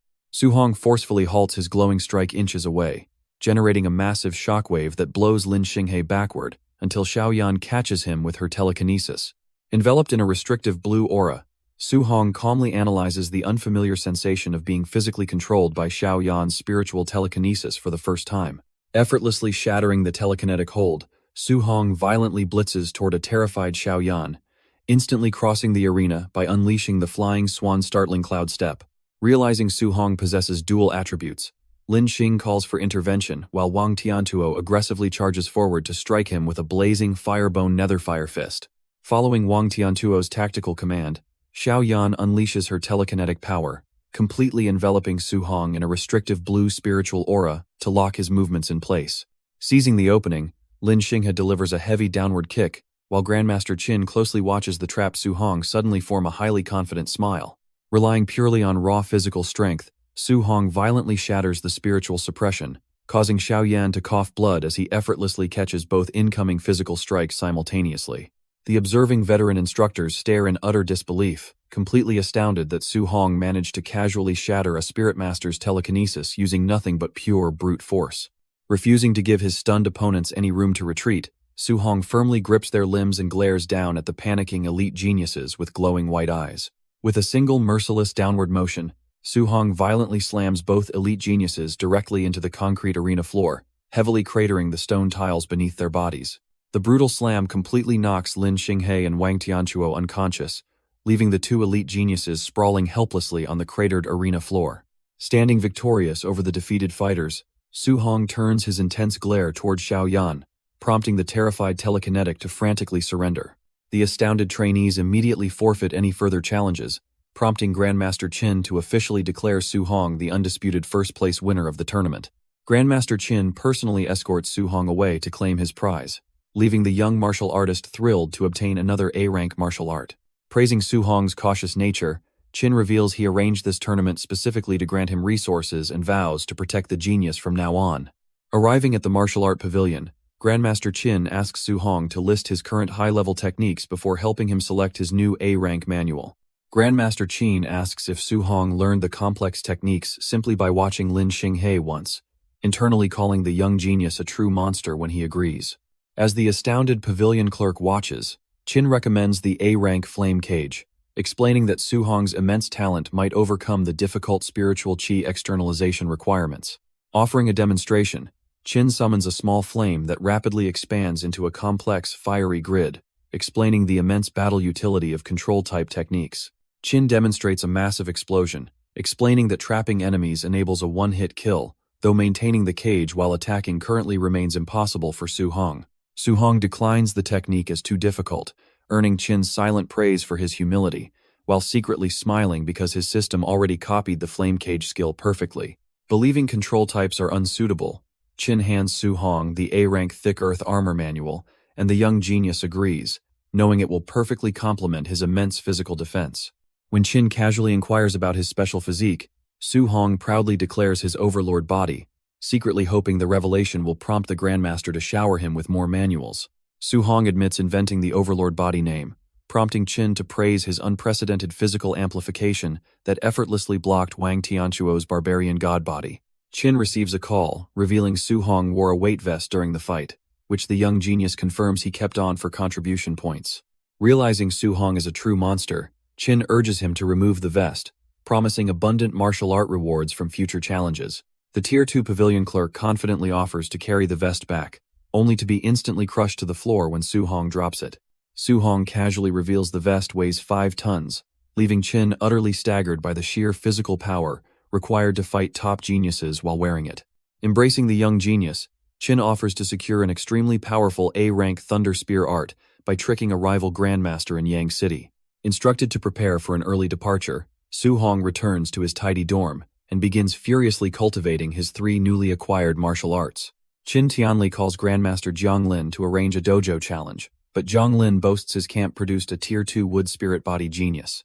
The green-haired genius, Lin Chunfeng, forcefully manifests the A-rank wood prison art to crush a table but admits failure in maintaining perfect control over the technique. Lin Chunfeng confidently claims he will master the technique within a month, prompting Jiang Lin to boastfully declare him a monster before abruptly hanging up on Qin. Jiang Lin arrogantly instructs his disciple to fake a narrow victory against the challenger to save Qin face, which Lin Chunfeng confidently agrees to do. The next afternoon at the Yang City training camp, Su Hong marvels at flying, as Qin Tianli gracefully lowers them from the sky to confront Jiang Lin. Jiang Lin demands to see the challenger, only to mockingly accuse Qin of senile dementia upon realizing Su Hong is merely a Tier 1 initial stage martial artist. Jiang Lin tells Lin Chunfeng to test his acting skills before urging Qin Tianli to quickly start the match so they can eat dinner. A large crowd gathers at the training camp martial arena as Jiang Lin formally introduces Grandmaster Qin Tianli to the murmuring, curious students. Jiang Lin introduces Su Hong and smugly reveals his Tier 1 initial stage rank, causing the crowd to loudly mock the challenger's perceived weakness. Lin Chunfeng sweats profusely, internally panicking over how he is supposed to fake a back-and-forth struggle against someone at the initial stage. Qin Tianli confirms the wager, prompting an arrogant Jiang Lin to offer an additional A-rank art, while internally mocking Su Hong's impossible odds. Su Hong and Lin Chunfeng face off in the arena, with Lin Chunfeng drawing his sword, while internally stressing over how to avoid instantly injuring Su Hong. Lin Chunfeng points his sword at the unarmed challenger, prompting Su Hong to casually declare that he will not be using his spear for now. Su Hong internally reasons his C-rank spear technique is too weak, but Lin Chunfeng completely misinterprets the gesture and furiously accuses Su Hong of extreme arrogance. Lin Chunfeng leaps into the air and swings his sword downward, furiously demanding to see what capital Su Hong possesses to act so arrogantly. Landing forcefully, Lin Chunfeng channels glowing green energy and rapidly executes the flying swan startles the cloud's footwork to blitz around his stationary opponent. Realizing Su Hong also utilizes an A-rank wind movement technique to evade, Lin Chunfeng pushes his speed, while Su Hong simply smiles and calls it interesting. Declaring movement evasion useless, Lin Chunfeng slams his glowing hand onto the arena floor and unleashes Wood Prison, erupting giant green vines beneath Su Hong. Acknowledging the extreme difficulty of mastering control-type martial arts, Su Hong praises his opponent's genius before flexing his raw strength to forcefully break the bindings. Su Hong looks deeply confused as the fragile vines instantly snap around his legs, while Lin Chunfeng ruthlessly swings his sword downward to secure victory. Remaining completely calm, Su Hong channels glowing wind energy into his fist and launches a counterattack so blindingly fast that Lin Chunfeng completely panics. Desperately casting Wood Escape, Lin Chunfeng conjures a thick wooden shield, but Su Hong's casual punch effortlessly shatters the barrier and blasts him backward. Watching from the spectator box, Grandmaster Qin gloats over his prodigy, while Jiang Lin argues that raw physical strength alone cannot secure a victory against his disciple. Launching a rapid counterattack, Lin Chunfeng lunges forward with his sword, only for Su Hong to effortlessly evade and unleash a massive shockwave with a brutal kick. Realizing he struck an afterimage, Su Hong watches calmly as Lin Chunfeng unleashes his own A-rank movement technique to deliver a devastating green energy strike from above. Panting heavily, Lin Chunfeng arrogantly advises his opponent to surrender before abruptly freezing in absolute shock as the first-year student casually raises his hand. Igniting his fist with blinding golden energy, Su Hong flawlessly executes the flame cage technique, violently erupting a towering pillar of fire to trap his terrified opponent. Trapped within the blazing inferno, Lin Chunfeng desperately assumes the rookie lacks the spiritual endurance to maintain a complex control-type martial art for very long. Watching the match, Jiang Lin screams in disbelief at the A-rank mastery, demanding to know why Qin looks equally shocked by a technique he supposedly taught. Brushing off questions about Su Hong's sudden fire affinity, Qin feigns composure as Jiang Lin frantically points out a terrifyingly stable white flame materializing on the boy's hand. Lin Chunfeng arrogantly doubts Su Hong can simultaneously attack and maintain the cage, but Su Hong immediately charges forward with a massive energy punch. Desperately casting Wood Escape, Lin Chunfeng generates thick roots, but Su Hong effortlessly shatters the defense and strikes him squarely in the chest. Su Hong follows up with a brutal mid-air knee strike and a devastating uppercut, sending the battered martial artist flying helplessly through the blazing inferno. Glowing green energy instantly mends Lin Chunfeng's severe wounds, prompting Su Hong to acknowledge the incredible restorative capabilities of the wood spirit body physique. Refusing to back down, Su Hong unleashes a relentless barrage of punches while Lin Chunfeng arrogantly boasts that a Tier 1 cannot outlast his healing. Realizing his fire, spiritual chi, is nearly depleted, Su Hong deliberately dissipates the flame cage to prevent the battle from reversing against him.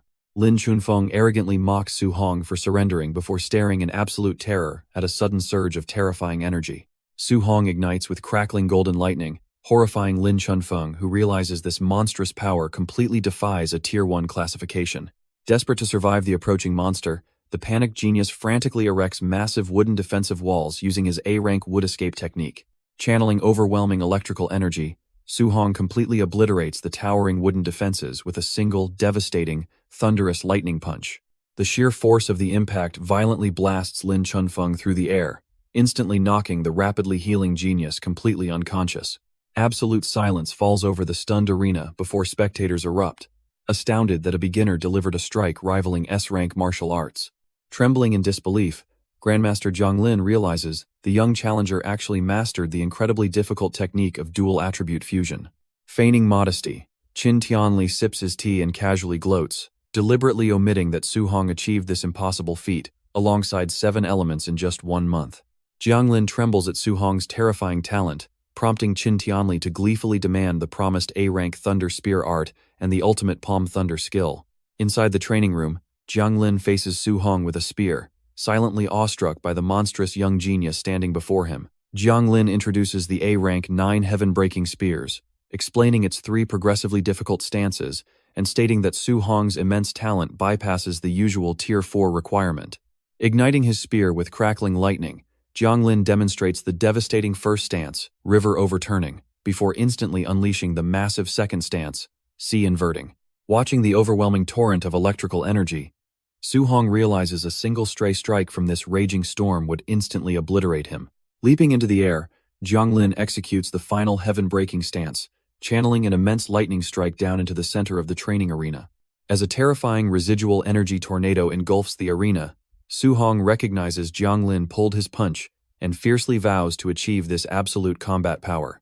Jiang Lin instructs Su Hong to practice the 9 heaven-breaking spears, promising to teach the vastly superior Palm Thunder once he masters the first stance. Jiang Lin leaves to meet Qin Tianli and returns an hour later, gently advising Su Hong that mastering the complex spear trick usually takes months. Su Hong unleashes a massive golden lightning storm, casually dismissing his newly acquired beginner mastery before cheerfully demanding instruction for the Palm Thunder technique. Witnessing this impossible learning speed firsthand, Jiang Lin stands completely frozen in utterly dumbfounded silence as he finally comprehends the true terror of a monstrous genius. Qin Tianli approaches the dazed Jiang Lin and scolds him for not teaching the difficult Palm Thunder properly, only to freeze when he peers inside the room. Su Hong easily manifests a crackling lightning orb, leaving both grandmasters slumped in defeated shock before Qin Tianli declares the boy will inevitably reach Tier 9. Qin Tianli leaves Su Hong to drink with Jiang Lin, prompting Su Hong to settle into his temporary room at the Yang City training camp dormitory. Reviewing his interface, Su Hong spends his newly acquired 230 martial points to raise his low blood energy, resolving to hunt simulation beasts, since nobody will spar him. Meanwhile, a furious Jiang Lin angrily berates a calm Qin Tianli for successfully tricking him out of 2 highly valuable A-rank martial arts skills. Interrupted by a subordinate, an annoyed Jiang Lin orders the immediate start of the training camp's scheduled night raid, instructing his men to drill the students ruthlessly. Qin Tianli casually mentions Su Hong is staying in the targeted dorms, causing a panicked Jiang Lin to desperately attempt to cancel the already initiated assault. Outside, Bu Jinglong mocks his brother Bu Jingfeng for his previous humiliating defeat by Su Hong, warning him to take their new Tier 2 wood spirit body target seriously. Donning their black masks, the veteran martial artists ruthlessly storm the dormitory complex, instantly triggering a chorus of panicked screams from the ambushed students inside. Disturbed by the sudden chaotic ruckus echoing through the halls, Su Hong peers cautiously out of his room to investigate the unfolding nighttime commotion. A masked veteran attacker lunges at a fleeing student before turning towards Su Hong, only to be instantly launched into the ceiling by a devastating physical uppercut.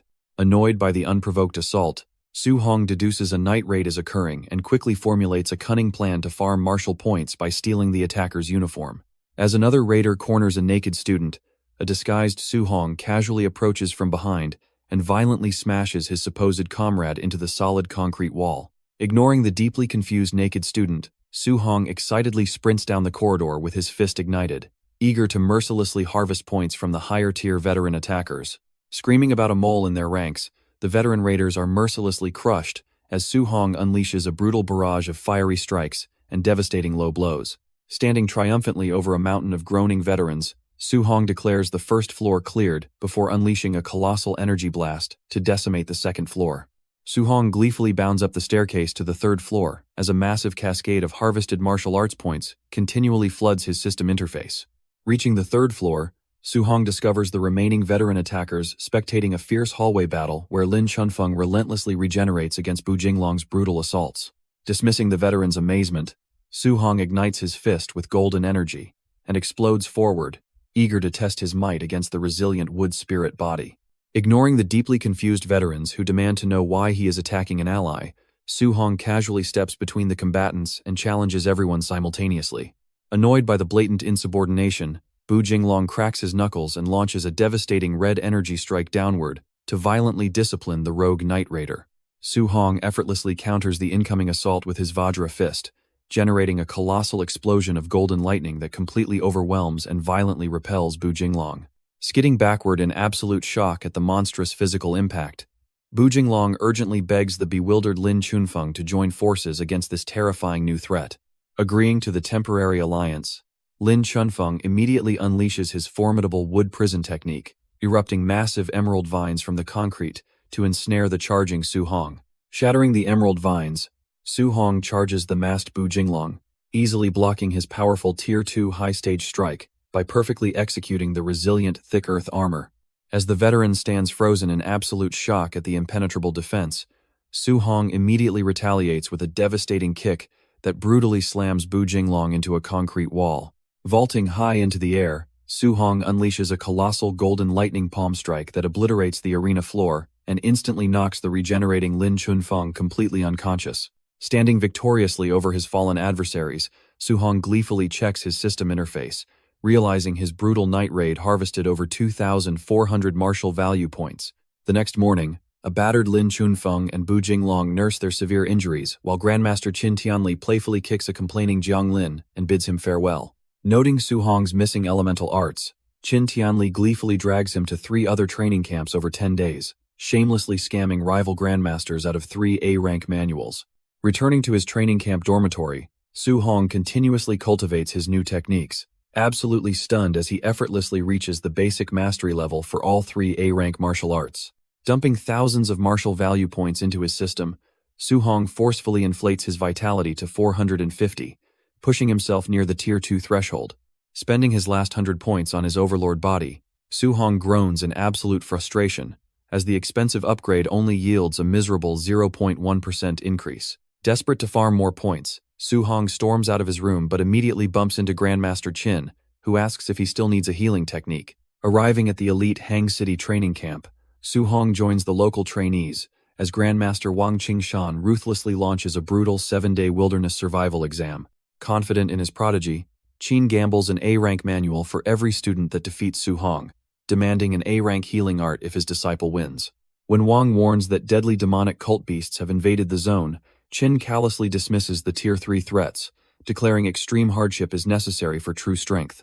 Plunging into the lethal wilderness, Su-hong fiercely intercepts a massive beast, obliterating the monstrous creature with a devastating barrage of golden lightning and immense shockwaves.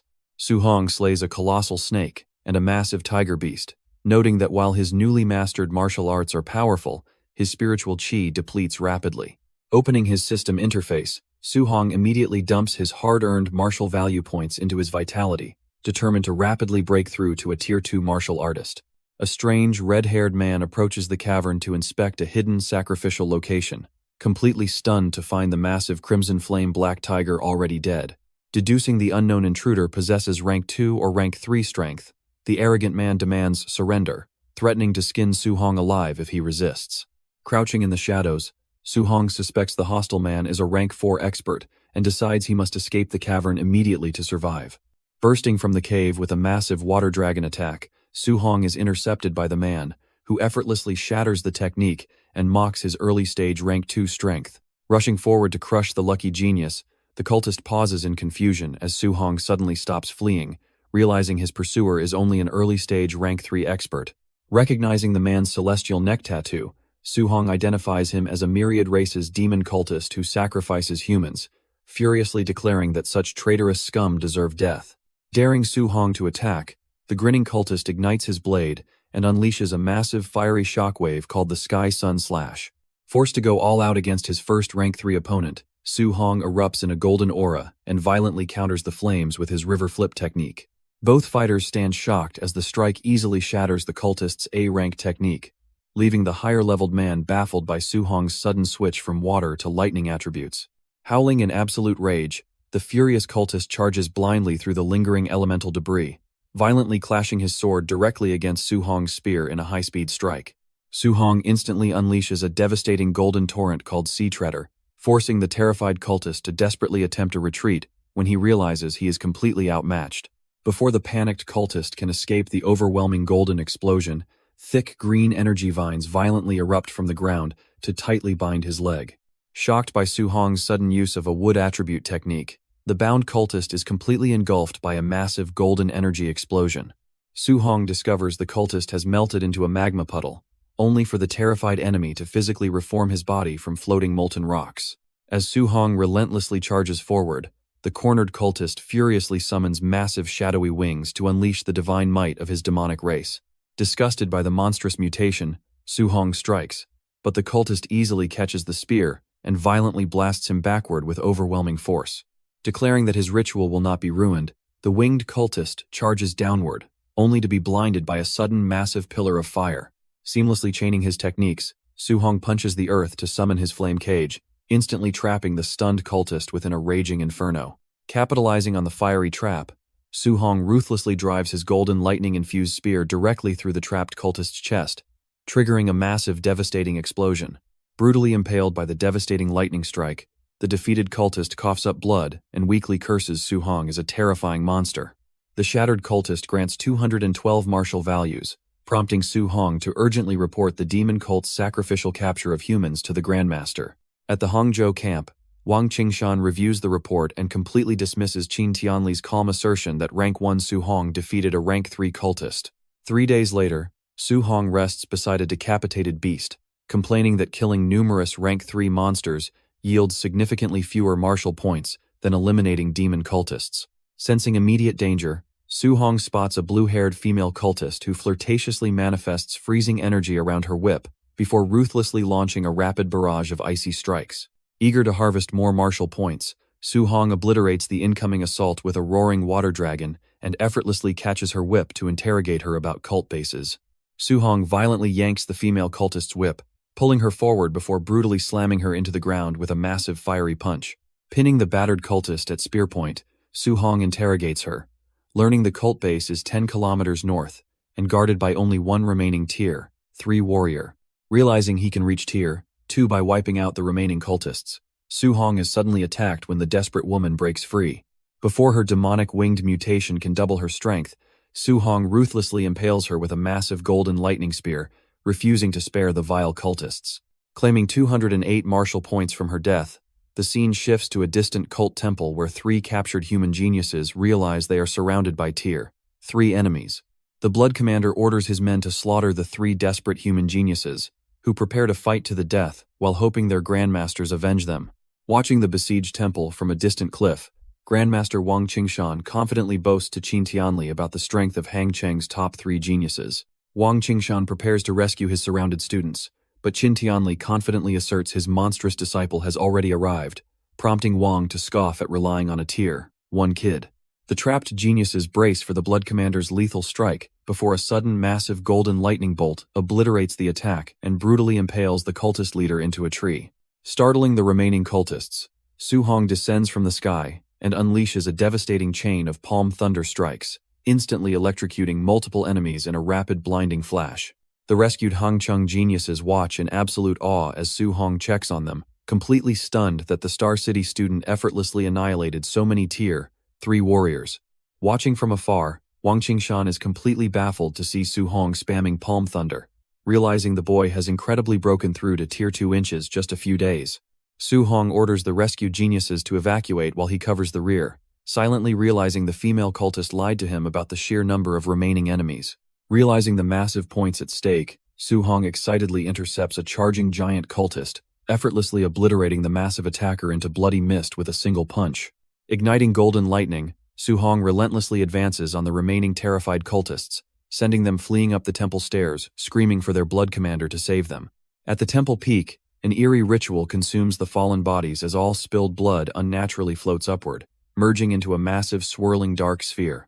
Radiant light erupts from the blood sphere as a blonde, angelic being with massive white wings emerges, arrogantly demanding the lowly humans kneel before the heavenly god race. Gripping his spear with eager anticipation, Su-hong gleefully calculates the immense martial point bounty he will earn for slaying a genuine heavenly god race member. Enraged by the mortal's defiance, the winged entity launches a blindingly fast dive attack, heavily slamming a glowing fist directly into Su-hong's chest with explosive force.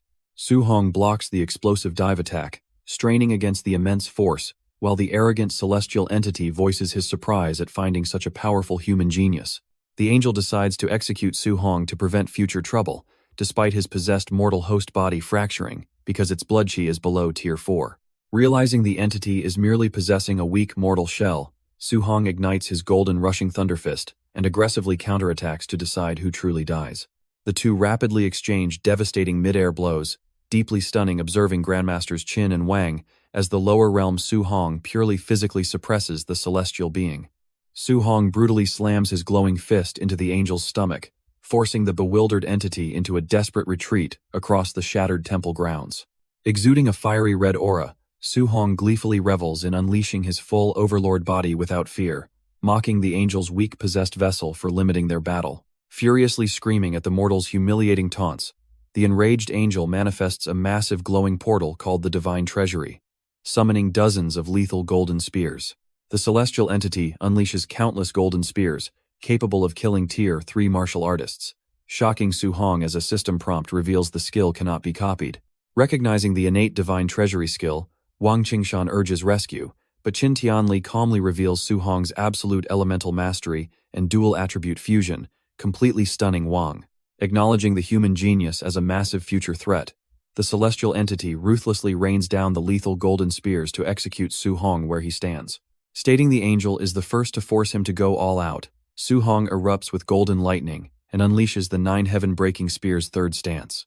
The massive, fiery lightning beam surges upward, completely obliterating the falling golden volley before rapidly engulfing the deeply terrified celestial entity. A devastating explosion rocks the entire battlefield, instantly reducing the arrogant celestial entity's possessed mortal vessel into crumbling, charred fragments scattered across the ruined landscape. Earning 843 martial values from the kill, Su-hong is suddenly accosted by an absolutely ecstatic Wang Qingshan, who enthusiastically praises his impossible victory over a celestial.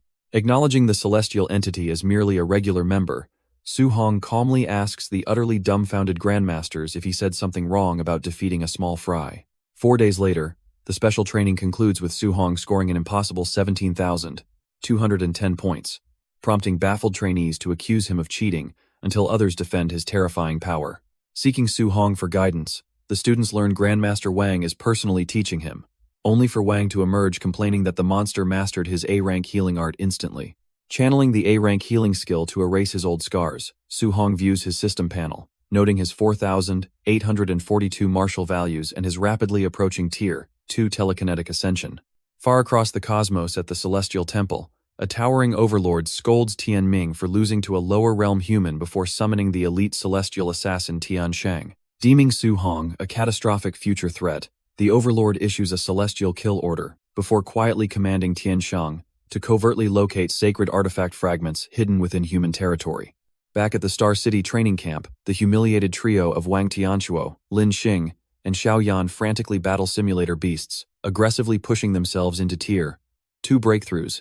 Lin Xinghe drastically bulks up his physique, as the 3 rival geniuses eagerly await Su-hong's return to test their newfound strength against him. Returning alone, Grandmaster Qin assures a worried camp staffer that Su-hong deliberately chose to remain in the wilderness to train, but will return before camp ends.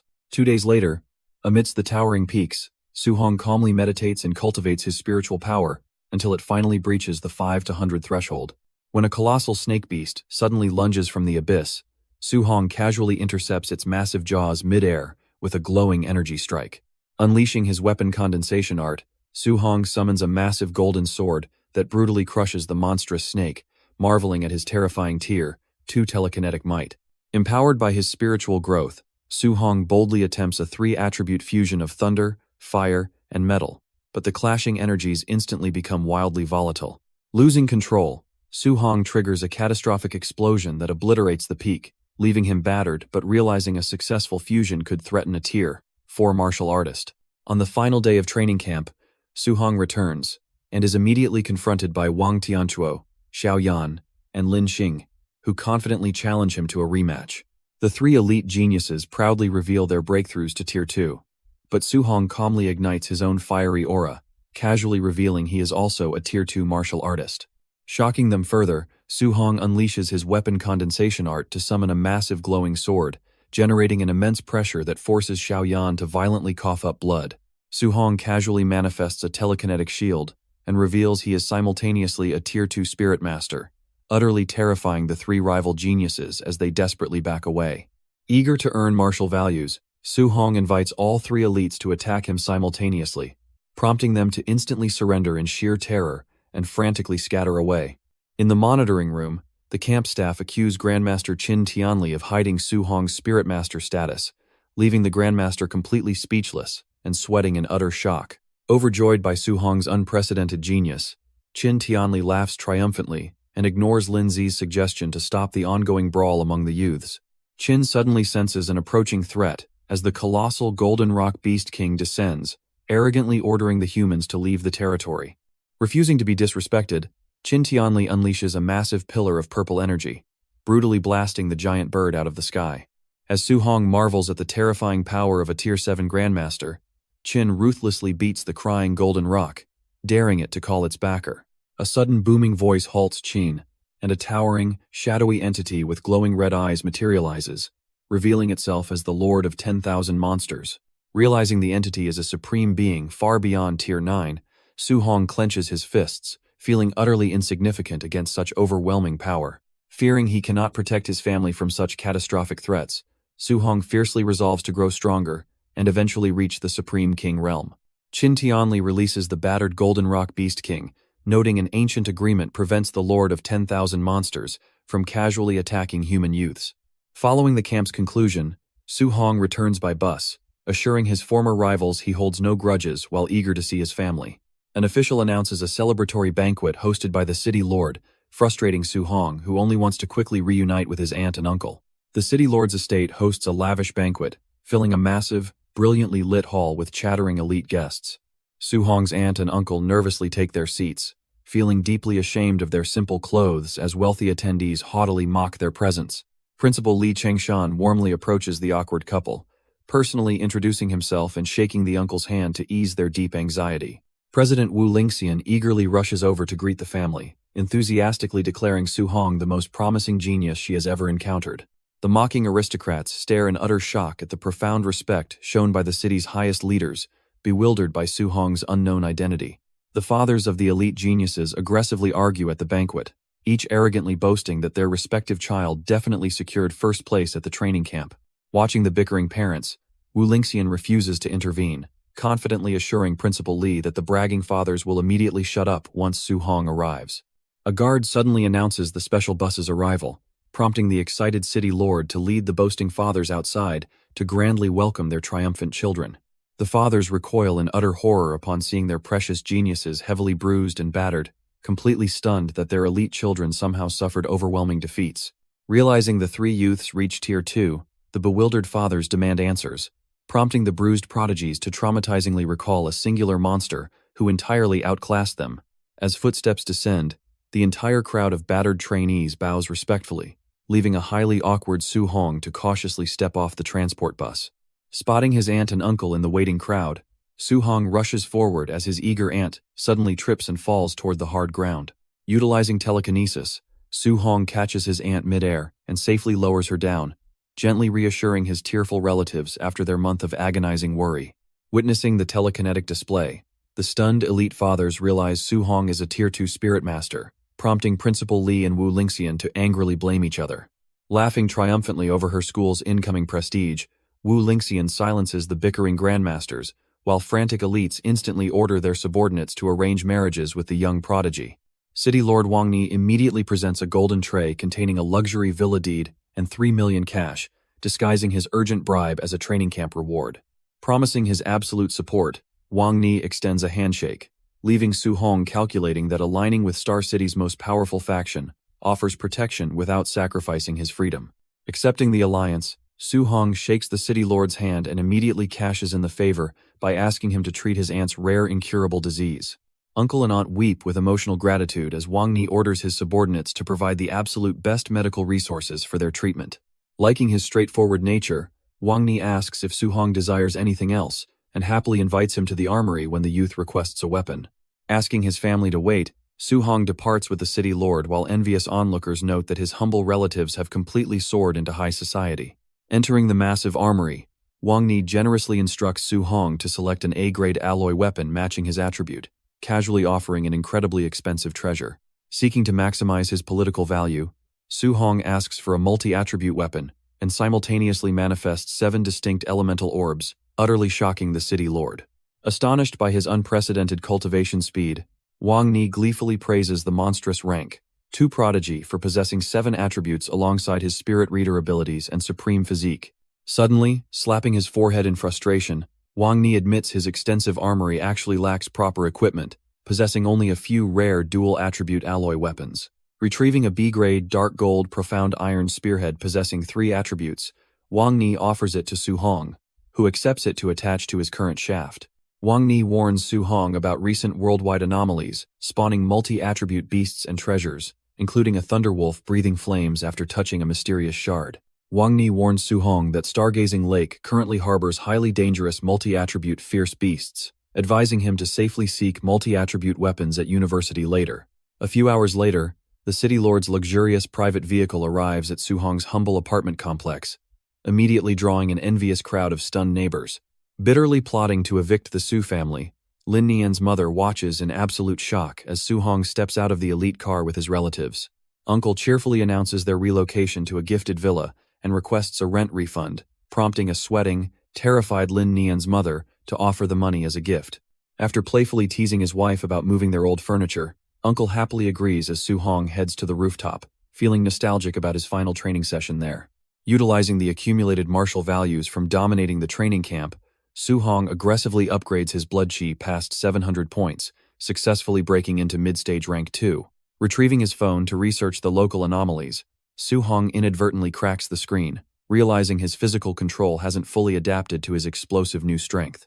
Reading reports of a multi-attribute beast drawing elite martial artists to Stargazing Lake, Su Hong confidently decides to investigate the dangerous location after moving tomorrow. The next day in the elite villa district, Uncle and Aunt marvel at a massive pile of luxurious welcome gifts delivered by their wealthy new neighbors. Swarmed by enthusiastic aristocrats offering eager invitations, an overwhelmed Su Hong awkwardly excuses himself and collapses onto his bed, dreading his upcoming afternoon expedition.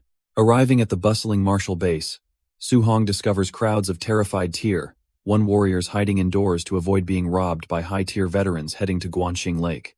Overlooking the crowded base, Yechi interrogates a mysterious seated informant in a tan coat, demanding absolute confirmation that Su Hong murdered his nephew.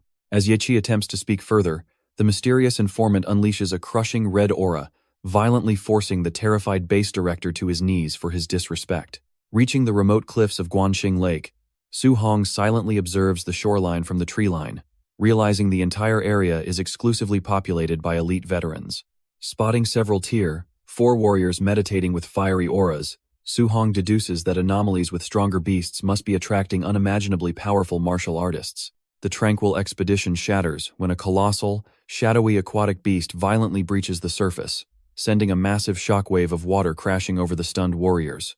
A colossal Tier 3 star-spotted giant fish breaches the lake, unleashing a devastating dual-attribute water cannon that instantly obliterates a Tier 4 warrior's sturdy earth defense.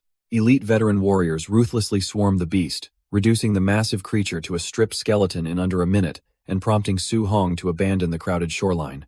Retreating into the forest, Su Hong narrowly senses a lethal ambush from a masked Tier 4 warrior, utilizing his telekinesis to freeze the strike before violently slamming him down. 6 additional Tier 3 warriors emerge from the trees to mock their struggling boss, forcing the grounded veteran to desperately warn them that Su Hong is a spiritual mind master.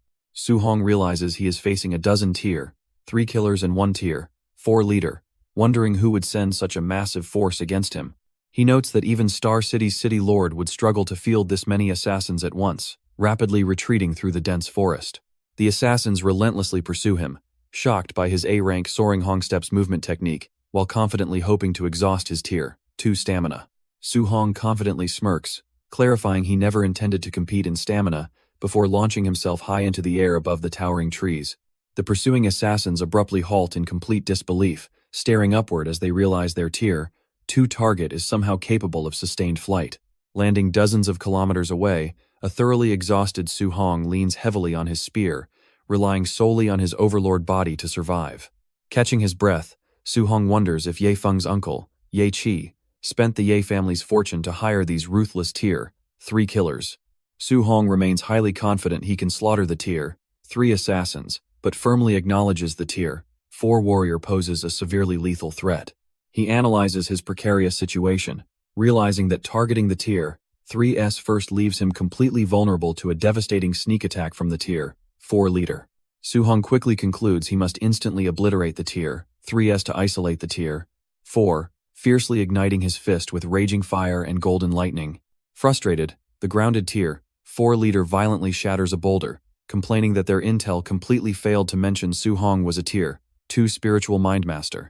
He desperately warns his panicked men that failure means certain death, ordering them to stay quiet to prevent revealing their employer's identity within Star City. Tian Shang emerges from the trees with his celestial operatives, mocking the assassin's outdated intel, while commanding his forces to tightly seal the anomalous zone. The masked bandit boss agrees, ordering his surviving killers to lock down the forest as he violently vows to tear Su Hong to pieces. Checking a specialized tracking compass, a celestial operative finds no trace of the sacred fragments and immediately orders his unit to search the next sector. Over the following days, ruthless masked assassins relentlessly hunt Su Hong, forcing him to violently deflect their lethal energy strikes while navigating the treacherous wilderness. On the 7th day, an assassin spots Su Hong by a cliff, but Su Hong instantly crushes his face with a brutal kick for interrupting his bathroom break. Leaning exhausted against a tree, Su Hong realizes his immense stamina is finally reaching its absolute limit after a full week of constant running and beast hunting. Seeking desperate refuge at an official Star City supply outpost, Su Hong notices suited men tracking his movements, confirming Ye Qi is orchestrating the assassination attempts. Securing a hotel room, Su Hong opens his interface and smartly decides to invest his accumulated martial points into his overlord body rather than raw vitality. Rapidly flooding his system with upgrades, Su Hong pushes his overlord body to a higher spirit rank, marveling as his physical strength explosively increases by 20%. Manifesting a glowing aura, Su Hong cultivates his guidance techniques to recover his energy, planning to immediately escape through the open window when the assassins inevitably strike.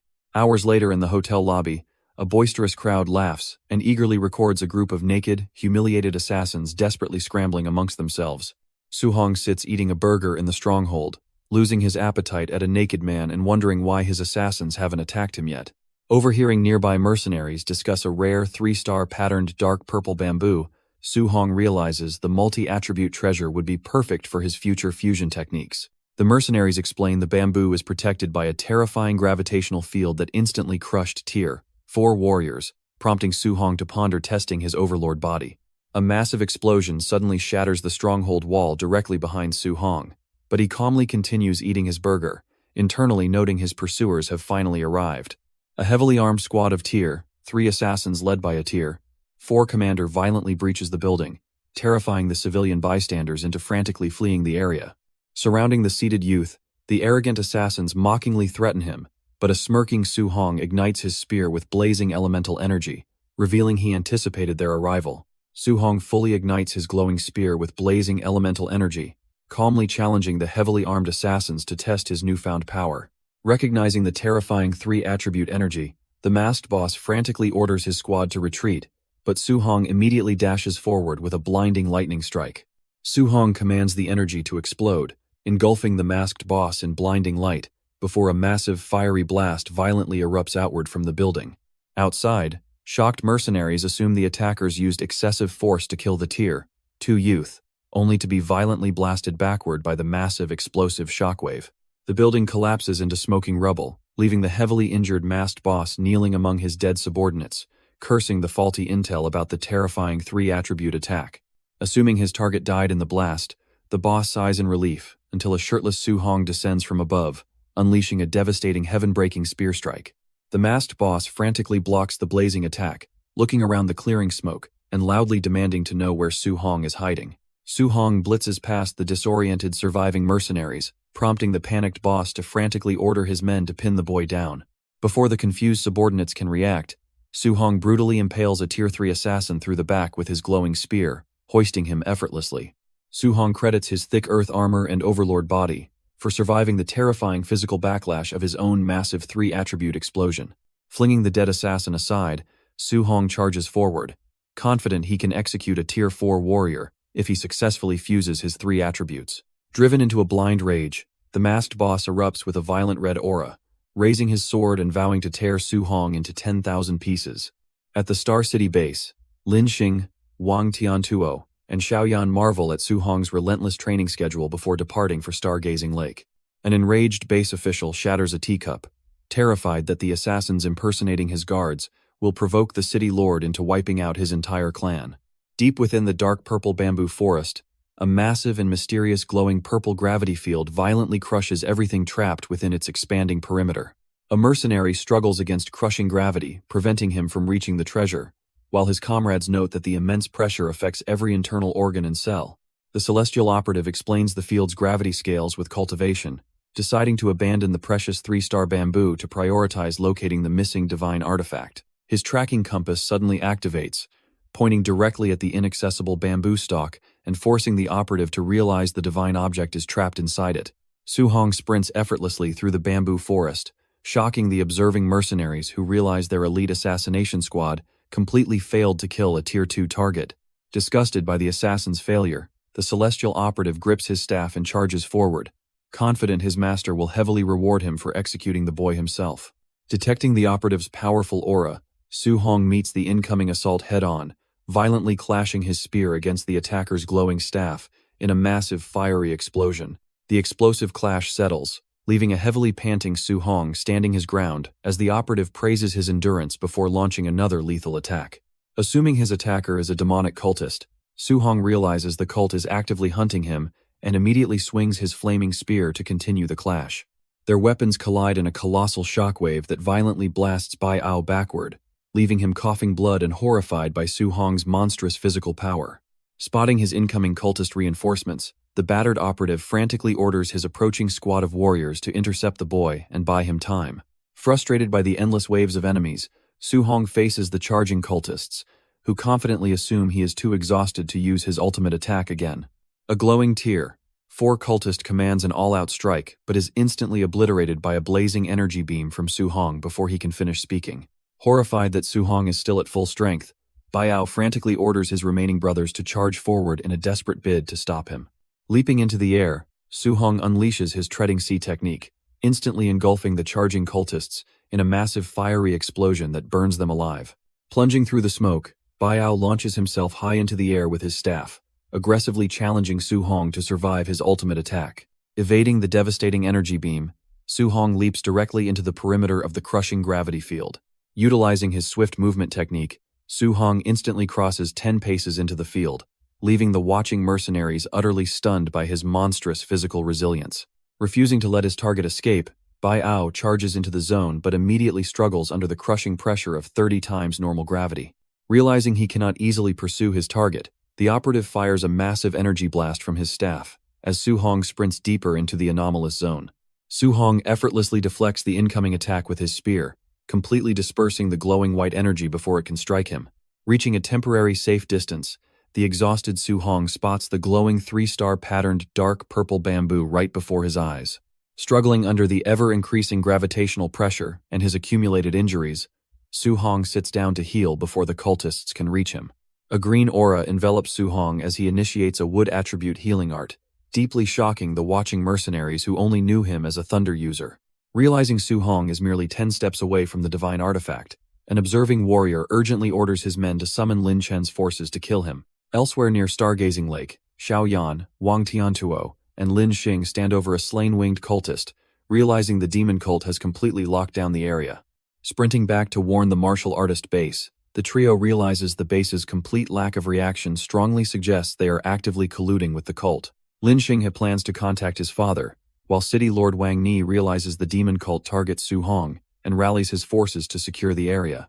Returning to the gravity field, the masked bandit boss informs a shocked Bai Ao that Su Hong slaughtered his entire tier 3 squad using a 3-attribute fusion technique. Bai Ao marvels at the unprecedented 3-attribute fusion before agreeing with the bandit boss that their mysterious lord will execute them if Su Hong survives. 2 hours later, Su Hong fully restores his energy using his A-rank healing technique, deciding he must grab the divine bamboo and immediately flee the waiting cultists. Pushing through rapidly increasing gravity, Su Hong nears the artifact, prompting Bai Ao to order an immediate lethal ambush the moment the protective field vanishes. Panting heavily under the immense pressure, an exhausted Su Hong finally reaches the glowing purple bamboo, his eyes widening in sudden shock as he prepares to pull it.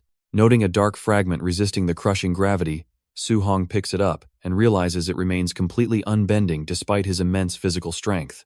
After cutting his finger on its edge, the mysterious fragment violently merges into Su Hong's bloodstream, triggering a system notification for a 7 Gods Cauldron fragment.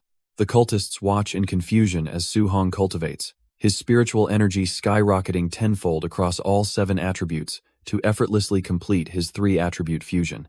Surging with newfound power, Su Hong decides to stop running and firmly grasps the divine bamboo, prompting the waiting assassins to prepare their ambush. Su Hong violently rips the glowing bamboo from the earth, instantly shattering the gravity field and allowing the screaming cultists to charge forward for the kill. Wielding his multi-attribute spear, Su Hong tests his newfound power by unleashing a devastating lightning and fire strike directly into the charging cultists. The assassins stare in sheer horror before Su Hong detonates the strike, violently obliterating the charging squad and scorching a massive chunk of the landscape. As the dust settles over charred skeletons, the heavily injured Bai Ao and bandit boss realize Su Hong absorbed the divine fragment to achieve this absurd power. Approaching the surviving assassins, Su Hong offers mercy in exchange for the location of the demonic cult's Star City stronghold, deducing their long-term collusion with Ye Qi. Refusing to submit, the desperate bandit boss launches a suicidal strike against Su Hong, only to be instantly met with a blinding counterattack. As the dust settles, Su Hong realizes the 2 rank 4 assassins fled. Drained of his triple attribute energy, he heals himself and prepares to hunt down Ye Qi. Fleeing through the forest, the surviving Bai Ao and bandit boss realize Su Hong was bluffing about his remaining energy, but remain completely terrified of his monstrous power. At the base, a panicking Ye Qi receives a transmission, confirming the assassination failed, realizing his treasonous secrets will soon be exposed if Su Hong lives. Desperately attempting to flee the city in his vehicle, Ye Qi is suddenly trapped inside a blazing flame cage by the newly arrived Su Hong. Enraged and refusing to surrender to a rank 2 youth, the peak rank 3 Ye Qi violently strikes the fiery prison with glowing red energy. Su Hong brutally overpowers the peak rank 3 Ye Qi in combat, blasting him into a vehicle and killing him instantly with a massive energy beam. As onlookers mistakenly fear the newly arrived city lord Wang Ni will execute Su Hong for murder, they eagerly agree to falsely testify in his defense. Ignoring the dead official, Wang Ni affectionately checks on Su Hong and is absolutely stunned to discover he successfully acquired the priceless 3-star patterned purple bamboo. Demanding a full explanation, Wang Ni escorts Su Hong into a luxury transport, listening intently as the youth recounts his harrowing wilderness expedition. Completely flabbergasted that Su Hong survived a massive cultist ambush and defeated rank 4 assassins, Wang Ni frantically begs the youth to marry his 40-plus daughters to breed saviors. Sweating awkwardly, Su Hong begs the city lord to stop joking. Wang Ni warns that Star City can no longer protect him from rank 7 assassins. Wang Ni advises him to enter a top-tier university next month for absolute protection. Su Hong firmly promises he will definitely secure a spot. Wang Ni gifts a luxurious, heavily guarded villa. Inside, Su Hong calms his terrified aunt and uncle, assuring them the heavy bloodstains belong strictly to slaughtered beasts. Projecting his system interface in bed, Su Hong realizes his 3,100 newly accumulated martial values could easily push his blood chi to rank 3 status. Trapped indoors by constant assassination threats, Su Hong decides against neglecting his spiritual cultivation and simultaneously upgrades both his blood chi and mental strength. His enhanced spiritual power instantly manifests as he effortlessly meditates mid-air while telekinetically weaving a massive, continuous stream of levitating water throughout the bedroom. The following day at Star City No. 1 High School, stunned classmates wildly gossip about Su Hong, effortlessly obliterating hundreds of enemies with a single swing.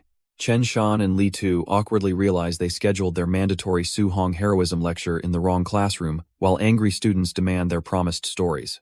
A classmate frantically announces Su Hong's unexpected arrival. Wearing his blue tracksuit, Su Hong casually strolls onto the campus grounds just as ominous heavy rumbling erupts. A massive horde of deranged, glowing-eyed classmates fiercely charges across the courtyard, laughing maniacally as they desperately swarm forward to catch the legendary genius. Surrounded by a frenzied mob of idolizing classmates demanding to hear his legendary tales, Su Hong watches a student mockingly laugh at Teacher Li's dumbfounded reaction. Teacher Li suddenly grabs the mocking student's head in a menacing grip before instructing Su Hong to immediately report to the school principal's office. Su Hong knocks on the office door and is instantly greeted by an overjoyed Principal Li, who enthusiastically welcomes him as Star City's greatest treasure. Principal Li attempts to privately gift valuable cultivation pills, but Su Hong politely declines the offer by revealing his recent breakthrough to the Tier 2 high stage. The principal erupts in absolute shock at this unprecedented growth speed, completely unaware that surviving lethal assassination attempts drastically multiplied Su Hong's accumulated martial values. Eager to evaluate this monstrous genius, the Tier 3 principal declares an immediate sparring session in the gymnasium and confidently promises to hold back his power. Entering the bustling school gymnasium, Principal Li proudly commands all available students to gather around and watch closely to learn from their upcoming martial arts demonstration. Su Hong awkwardly requests a private venue, sweating nervously as he realizes utterly crushing the arrogant principal in public will irreparably destroy the man's majestic authority. Eager students gather around the bustling gymnasium court as a fiery Principal Li powers up his Tier 3 vitality and instructs Su Hong to strike first. Desperate to avoid injuring his opponent or revealing his true strength, Su Hong nervously charges forward, using the weaker B-rank cloud-hiding Gale Fist. Recognizing power comparable to a Tier 3 fighter, the principal counters with a giant Rock Fist, creating a massive shockwave as their strikes violently collide. Blinding light forces the cheering spectators to shield their eyes while the two martial artists blur into a rapid high-speed exchange of relentless blows. A powerful strike sends Su Hong skidding backward, leaving the principal staring at his shattered rock armor in absolute disbelief at the teenager's suppressed strength. The amazed crowd notes Su Hong pushing the principal back, causing the terrified principal to realize he will face complete public humiliation if he loses. Su Hong suddenly drops to one knee and dramatically feigns defeat to protect the principal's dignity, leaving the bewildered man wondering if he actually injured the boy. Deeply moved by the teenager preserving his dignity, Principal Li proudly announces Su Hong possesses combat power rivaling a high-stage Tier 3 martial artist, igniting roaring cheers. Quietly thanking Su Hong for saving him from embarrassment, the eager principal gladly accepts the student's request for daily sparring sessions to prepare for the looming entrance exams. Su Hong spends his days violently trading blows with the principal, and his nights cultivating guidance techniques, eventually forcing the exhausted principal to tag in Coach Chen. Completely drained by the relentless teenager, the older men surrender Su Hong to President Wu, who brutally spars with him without restraint for an entire grueling month. Standing battered and bruised after weeks of merciless beatings, Su Hong shocks the skeptical President Wu by revealing his vitality has surged to 1,000 points. Realizing Su Hong is ready to advance, President Wu urgently orders Tier 3 pills and seals the room, leaving the healing teenager to trigger his ultimate breakthrough. Humming happily across the first floor, Director Wu anticipates the massive provincial resources Star City will secure once Su Hong officially breaks through to Tier 3. Association staff gossip about the stern director's radiant mood before watching in utter disbelief as she excitedly meets Principal Li and Coach Chen in the courtyard. Sitting isolated with his provided advancement pills, Su Hong violently circulates his blazing aura but completely exhausts himself as his first grueling breakthrough attempt ultimately fails. Refusing to disappoint his dedicated mentors, Su Hong immediately reignites his fiery aura and forces a second desperate attempt to trigger his long-awaited martial evolution. Half an hour later, Su Hong successfully compresses every drop of his volatile blood energy into his core and violently pushes the final breakthrough sequence open. A massive kinetic shockwave shatters his clothes as the raging energy detonates, leaving the bare-chested teenager marveling at his newly awakened Tier 3 physical power. Testing his newfound power, Su Hong marvels at his ability to freely project blood energy without techniques and notes the massive strength gap before deciding to find Director Wu. Director Wu, Principal Li, and Chen Tian enter the room. Wu chides his bare-chested appearance before immediately calling City Lord Wang to arrange an urgent meeting. At the mansion, Wang Tiantuo eagerly announces his own breakthrough, only to be completely stunned when a calm Wang Ni reveals Su Hong has already reached Tier 3. Arriving at the Martial Dao Association, Wang Ni joins the other leaders to hold a highly serious private meeting with a casually dressed Su Hong.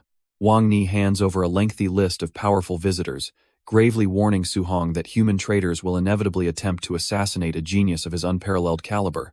Wu Lingxian warns Su Hong that elitist Jingcheng Martial University ignores commoners, urging him to choose Modu Martial University where absolute strength completely overrides family background. Su Hong confidently selects Modu, claiming he never starts trouble, prompting Wang Ni to sarcastically list the teenager's massive trail of slaughtered enemies and destroyed training camps. Wang Ni awkwardly questions Su Hong's bizarre fashion, prompting Wu Lingxian to proudly reveal she lent the teenager her own frilly shirt after his breakthrough shredded his clothes. A few days later, a passenger plane descends smoothly toward the sprawling modern glass terminal of Star City Airport. Tier 5 exam overseer Wang Lindao arrives, fiercely complaining that his teacher ordered him to lower his pride and personally recruit a mere student from a weak city. A local official casually reveals the student is an 18-year-old Tier 3 prodigy, causing a shocked Wang Lindao to instantly abandon his pride and frantically sprint to find him. Massive crowds of eager examinees assemble in strict military formations across the sprawling green field of the Star City martial art exam venue. Examiners finalize preparations across the sprawling assessment venue as numerous combat power and vitality testers stand ready for the students. Wu Lingxian and Wang Ni watch in embarrassment as the shameless examiner, Wang Lindao, publicly wraps his arm around a confused Su Hong to befriend the prodigy.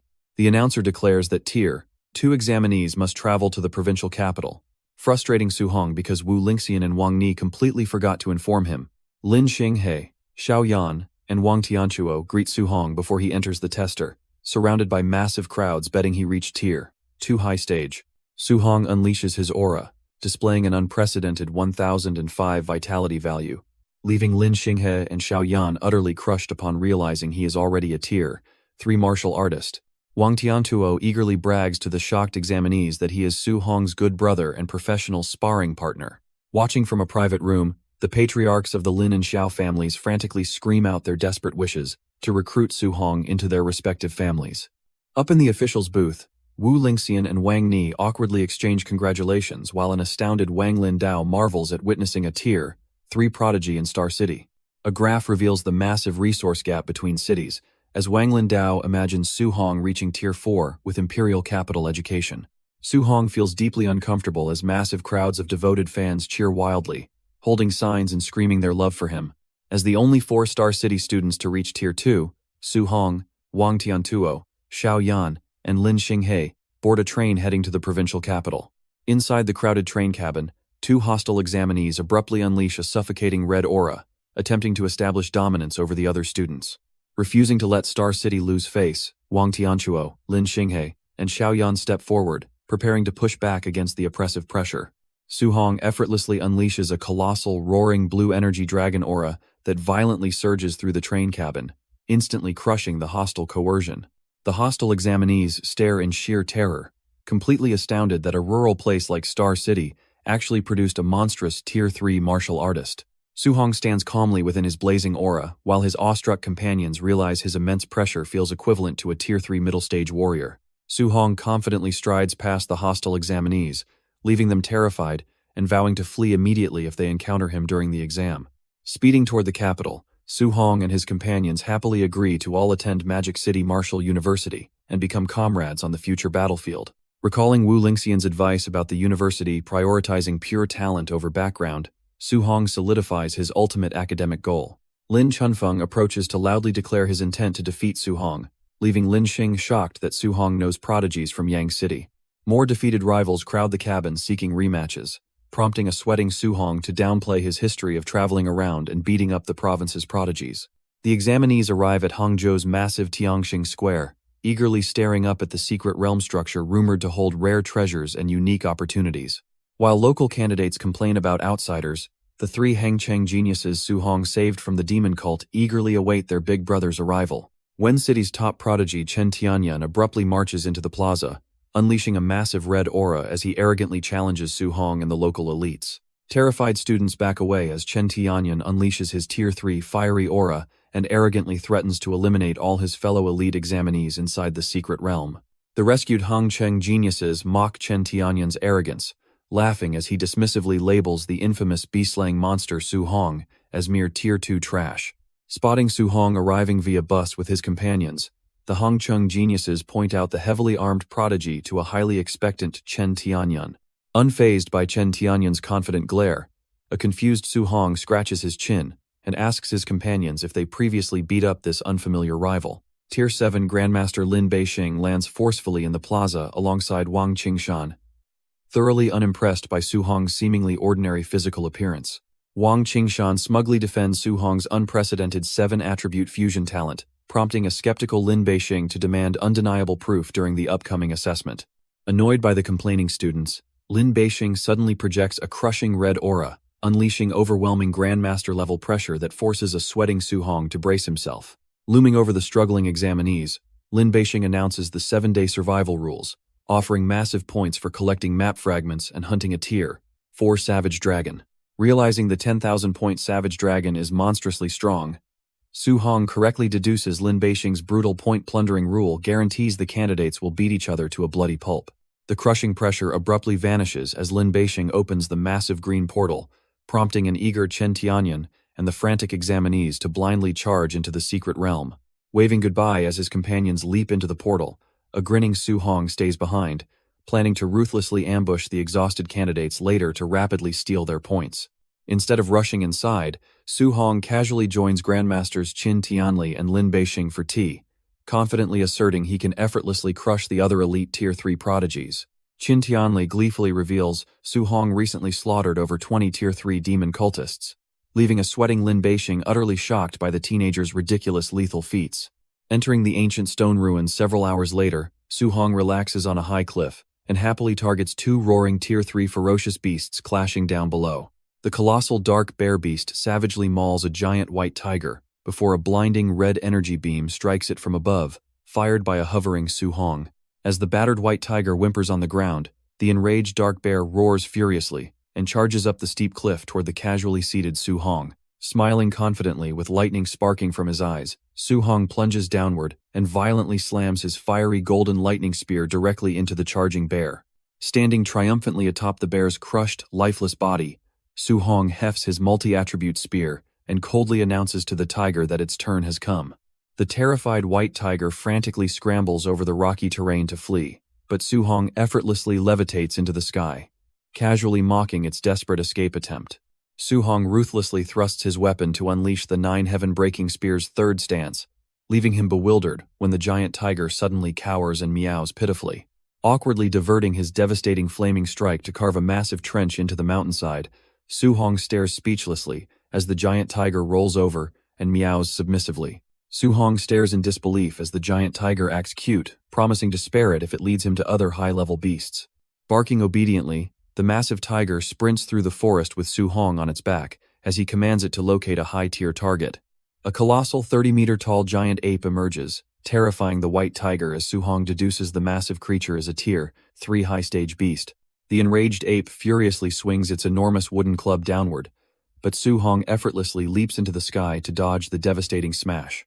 Encasing the whimpering tiger in a protective bubble, Su Hong tosses it to safety, threatening to kill the beast if it actually flees. Landing smoothly on the massive wooden club, Su Hong sprints straight toward the roaring giant ape, entirely unimpressed by its Tier 3 rank. Disgusted by the beast's foul breath, Su Hong channels fiery energy into his spear and violently thrusts a heaven-breaking strike directly into the ape's mouth. Su Hong violently thrusts his lightning-infused spear directly into the giant ape's mouth, causing the colossal beast to roar in agony and crash backward into the forest. Landing safely near the massive dropped weapon, Su Hong approaches the 70-ton wooden club and effortlessly hoists the colossal 40-meter log upright with his immense physical strength. Channeling his spiritual power over the colossal wooden club, Su Hong smoothly levitates the massive object and leaps onto it, leaving the recovering giant ape completely stunned. Riding the massive 70-ton log like a colossal battering ram, Su Hong brutally launches it directly into the terrified ape's face, violently shattering its massive fangs. Outside the secret realm, examinees watch the broadcast in sheer terror while Grandmaster Qin Tianli laughs uproariously, and Lin Beixing declares this year's assessment has no suspense. Standing triumphantly atop the massive log, Su Hong checks his wrist device and realizes he acquired numerous map fragments just by defeating the single giant ape. Su-hong reviews his massive leaderboard lead and decides hunting colossal beasts yields far more points than fighting examinees, wandering deeper into the forest. Shocked examinees realize Su-hong soloed a special beast, prompting an arrogant Chen Tianyan to assume the secret realm's special monsters are fundamentally weak. Tracking a map anomaly, Chen Tianyan confronts a massive rank 3 high-stage snake beast and immediately begins sweating as he questions Su-hong's true power. Refusing to surrender, Chen Tianyan fiercely ignites his massive fiery aura and aggressively punches the towering serpent with blazing explosive force. The colossal snake effortlessly swats Chen Tianyan into a massive tree trunk, forcing the heavily bruised prodigy to frantically sprint away in sheer terror. Abandoning his beast hunt, a humiliated Chen Tianyan angrily stalks a nearby group of examinees, igniting his fiery aura to ruthlessly steal their points. Before Chen Tianyan can ambush the group, Su-hong suddenly materializes behind him with a wooden club, leaving the arrogant prodigy paralyzed with terror. Su-hong playfully greets a panicked Chen Tianyan before brutally bringing his wooden club down, unleashing a massive shockwave that violently knocks the arrogant prodigy unconscious. The powerful shockwave blasts through the forest, startling a nearby group of examinees who quickly discover the heavily bruised and unconscious rank 3 prodigy. Satisfied with harvesting 400 points from his ambush, Su-hong casually emerges alongside his massive tiger mount to interrogate the terrified group about their scores. Continuing his monster hunt, Su-hong aggressively charges the colossal rank 3 snake beast, unleashing his crackling 9 heaven-shattering spears to powerfully blast its open mouth. An hour later, an astounded examinee discovers the dead python and checks the leaderboard, terrifiedly deducing that Su-hong's 4,500 points prove he hides rank 4 strength. Elsewhere, the exhausted Hangcheng geniuses rest near a slain saber-toothed beast, utterly awestruck by the leaderboard, confirming Su-hong slaughtered yet another colossal elite monster. 2 terrified examinees huddle on the ground, agreeing they only need to score higher than Chen Tianyan, since competing with the monstrous Su-hong is completely impossible. Watching the broadcast, Wang Qingshan praises Su-hong's elemental mastery and eagerly asks Lin Beixing for an introduction to seek pointers, completely disregarding a grandmaster's pride. The holographic screen displays Su-hong effortlessly obliterating multiple candidates with single strikes, turning the prestigious martial arts exam into his own undisputed solo performance. Convinced the exam is over, Lin Beixing turns to leave before Wang Qingshan frantically points out that a completely crazy Su-hong is heading straight for the brute dragon. Lin Beixing boasts about capturing the nearly rank 4 mid-stage brute dragon, confidently predicting its superior bloodline will brutally beat Su-hong to a pulp and teach him a lesson. Sweating nervously, Wang Qingshan hopes Su-hong knows when to retreat, trusting the young prodigy possesses enough combat power to safely escape the overwhelming encounter. Riding his frantically whimpering tiger mount toward the beast's lair, Su-hong calmly reassures the terrified animal that it will not have to fight the formidable brute dragon. Reaching a massive rocky crevice, Su-hong leaps from his mount with his multi-attribute spear drawn, commanding the newly obedient beast to wait outside. Plunging deep into the smoky abyss, Su-hong rapidly descends the sheer cliff face before slamming violently into the cavern floor with a devastating impact. Su-hong carefully assesses the colossal, magma-dwelling brute dragon bound by massive iron chains, recognizing its oppressive aura is infinitely close to rank 4 mid-stage. Assessing the chained brute dragon's overwhelming strength, Su-hong decides to bypass its defenses by launching a devastating sneak attack directly at its highly vulnerable rear. Channeling his ultimate fusion of thunder, fire, and metal into his spear, Su-hong leaps upward and violently impales the colossal beast's absolute weakest point. Jolted awake by agonizing pain, the enraged brute dragon roars furiously and retaliates with a massive torrent of flames, which Su-hong effortlessly dodges. Realizing the chained beast's limited mobility makes it an easy target, Su-hong dashes away just as the dragon unleashes another colossal, engulfing fire blast. Emerging completely unscathed from the inferno thanks to his earthen armor, Su-hong shatters his defensive shell and brutally plunges his spear into the confused dragon's eye. Charging another 3-attribute strike, Su-hong violently detonates the beast's head, leaving the astounded officials and candidates watching the broadcast horrified by his absolute brutality. Astounded by Su-hong's shameless tactics, Lin Beixing orders the cavern chains destroyed, intending to use the unchained brute dragon to test the boy's absolute combat limits. The massive binding chains suddenly shatter and crash violently onto the cavern floor, forcing Su-hong to rapidly leap to safety as the furious beast breaks free. Unleashing a deafening roar, the fully liberated Tier 4 brute dragon violently lunges forward, prompting an excited Su Hong to finally test his maximum combat power. The colossal beast exhales a massive inferno, but Su Hong instantly sweeps his spear and summons a roaring water dragon to violently clash against the sweeping flames. As thick steam blankets the cavern, Su Hong launches a plunging lightning strike, narrowly dodging a blindingly fast claw swipe from the surprisingly agile dragon. The colossal brute dragon swipes its massive claws, prompting Su Hong to unleash a roaring wave of golden lightning from his spear to intercept the strike. Blocking the crushing weight with his spear shaft, Su Hong manifests a circular energy barrier to desperately deflect the beast's relentless follow-up lunges. The overwhelming force sends Su Hong violently skidding across the cavern floor, where he wipes away blood and acknowledges the fat dragon's highly deceptive speed. Igniting a blazing red aura, Su Hong declares his overlord body superior and steps directly into the path of the roaring dragon's plummeting dive. Su Hong violently drives his glowing fist into the beast's massive claws, generating a colossal shockwave of red energy that forces the giant dragon to roar back. Enveloped in roaring flames, Su Hong propels himself forward with explosive speed and buries a blinding, radiant punch directly into the staggering dragon's lower jaw. Su Hong relentlessly batters the colossal brute dragon, unleashing a rapid barrage of explosive, blazing punches that completely overwhelm the staggering beast's defenses. Watching the broadcast, astounded spectators and grandmasters Lin Beixing and Wang Qingshan deduce Su Hong's overlord body rivals the legendary first-ranked war god body.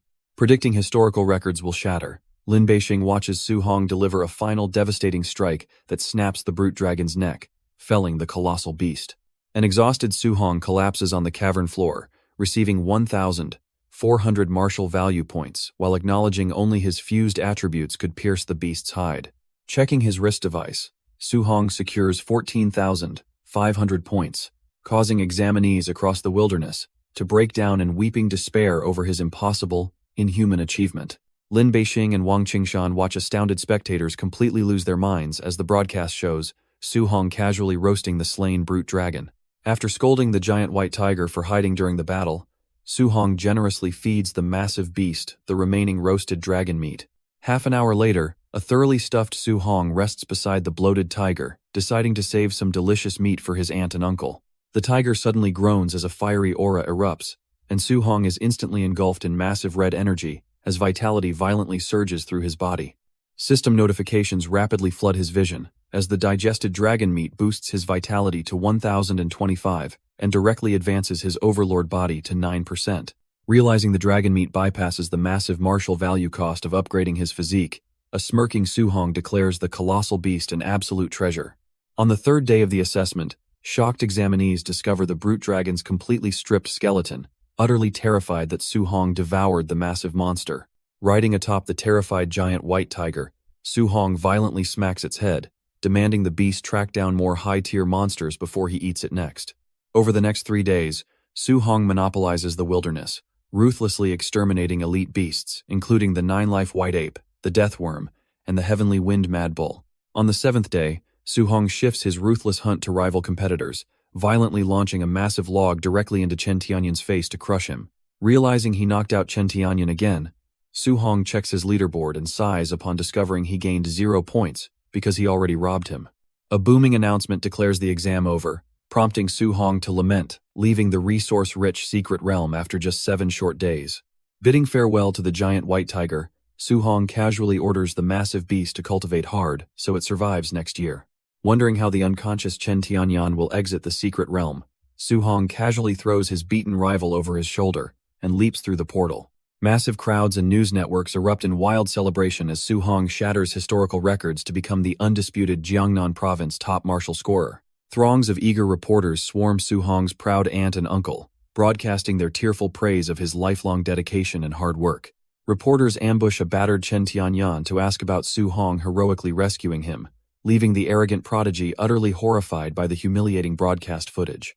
Bombarded by endless news notifications and celebrity confessions, an annoyed Su Hong meets grandmasters Lin Beixing and Qin Tianli, who gladly promise to silence the media.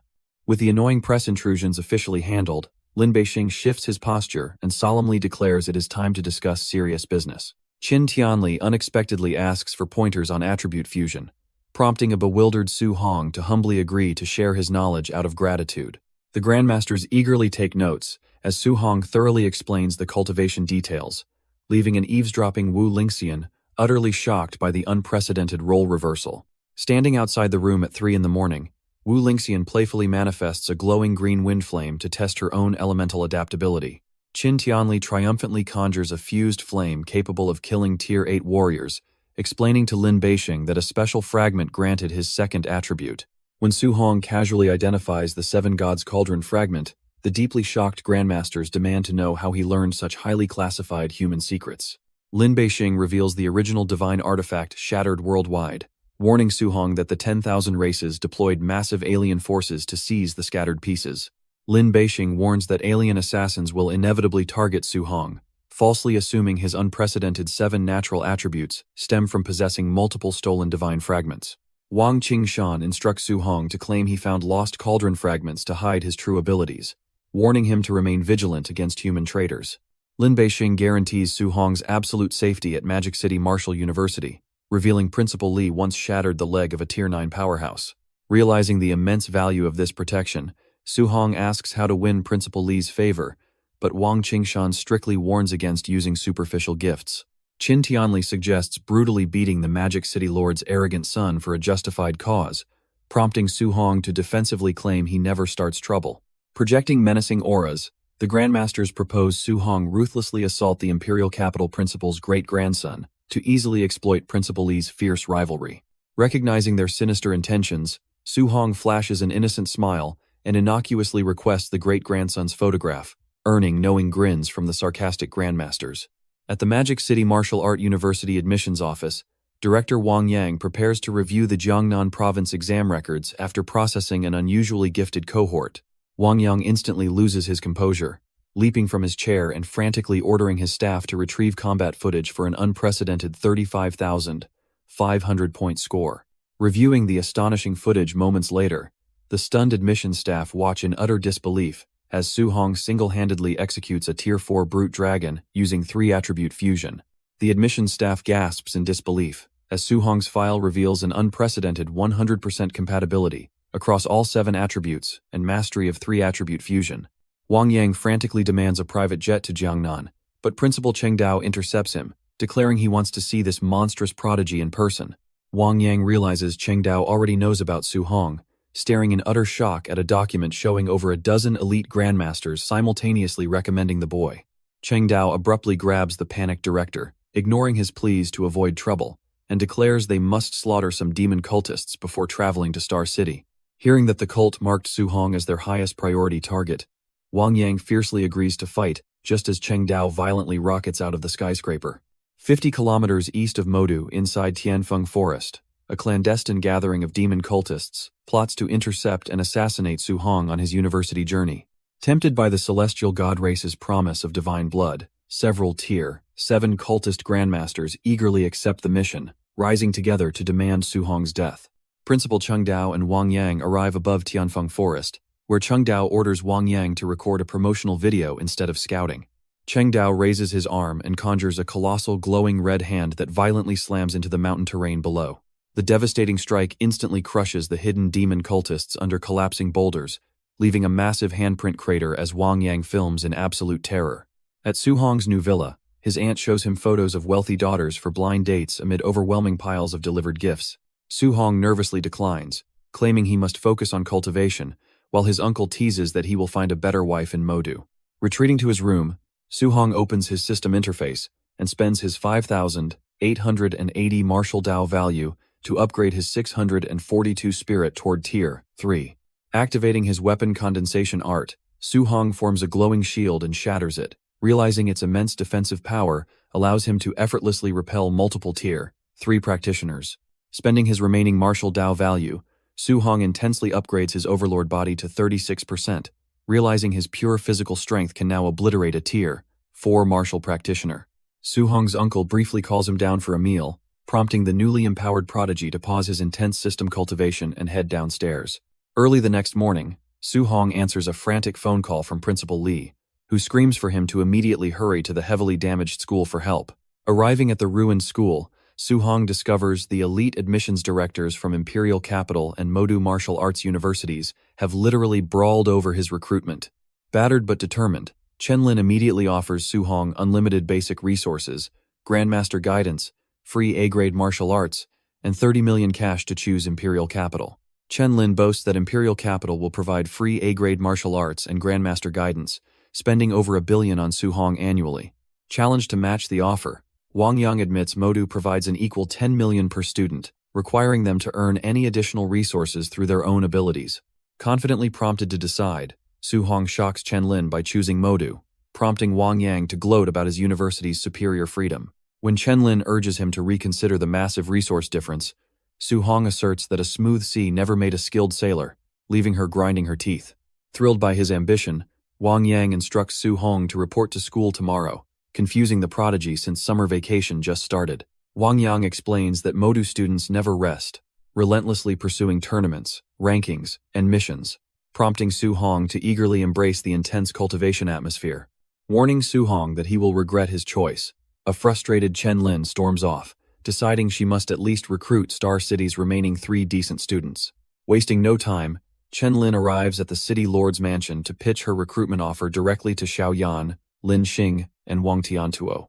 After Lin Xing's group chooses Modu, a frustrated Chen-Lin visits Hang City only to scream in disbelief when those local geniuses also proudly commit to the rival university. Vowing to secure second-place Chen Tianyan, Chen-Lin visits his estate but finds him enthusiastically choosing Modu to hunt down Su-Hong and crush his own Imperial-enrolled siblings.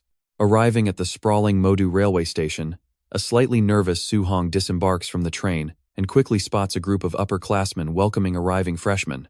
Su-Hong stares at a horribly written welcome sign held by deeply embarrassed students who are too terrified of Senior Bai's martial strength to criticize his terrible calligraphy. Su-Hong formally introduces himself to Bai Kangsheng, leaving the surrounding underclassmen awestruck that this perfectly ordinary-looking freshman actually butchered a tier 4 savage dragon entirely by himself.